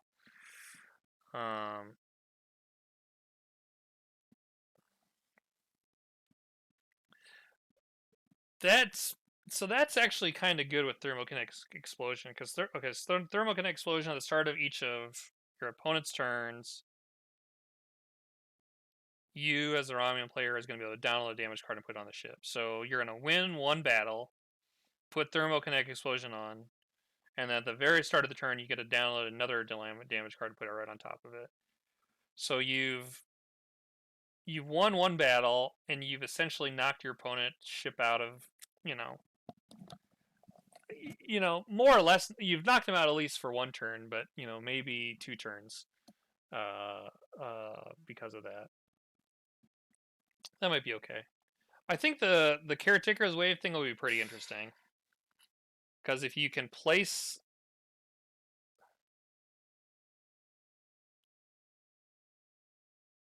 Yeah, I mean it's gonna work. I think both those are gonna work better. It's gonna work both. Both are gonna work better in a heavy battle deck, but I don't know. Like I said before, I don't know how good Romulan battle is. This could be the card to make it, but I don't think any of those dilemmas on their own are going to be win it for you. So it's gonna be in combination with some other stuff. All right, well that probably went way too long, but those are initial thoughts of the set. Some interesting stuff. what do I think is cool? The downloading is very interesting. No. Let's kind of just look through this set. Oh yeah, so I really like the first two cards, the first dilemmas, where you can put people on. Those are really cool. A lot of the missions are pretty fun. Look like they'd be pretty fun with some stuff. The Cardassian capture, like that. Not a super fan of the Cleon stuff. Didn't really make a lot of sense to me. The Romulan stuff in there could be good. The TNG, it will be interesting. It'll be really interesting if the like dissonant Jaeger bomb deck becomes a thing, or not. If it is, like, all those cards are going to be playing it. And then the Ferengi stuff, I don't, it's hard to assess the Ferengi. The one guy that put ships out there was pretty cool. So decent set. Too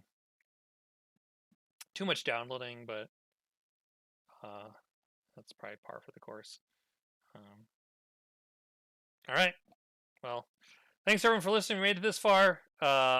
If you thought I've missed something, let me know. And I guess we'll see. First deck. So first deck, I'm probably gonna play out of this. Probably gonna play Dissident, Cardassian, and TNG with a bunch of non-aligned distance support. Seems like the obvious deck to play. Then maybe the Cardassian capture stuff. That looks kind of fun too. All right. Well, all right, everyone, take it easy, and thanks for sticking around.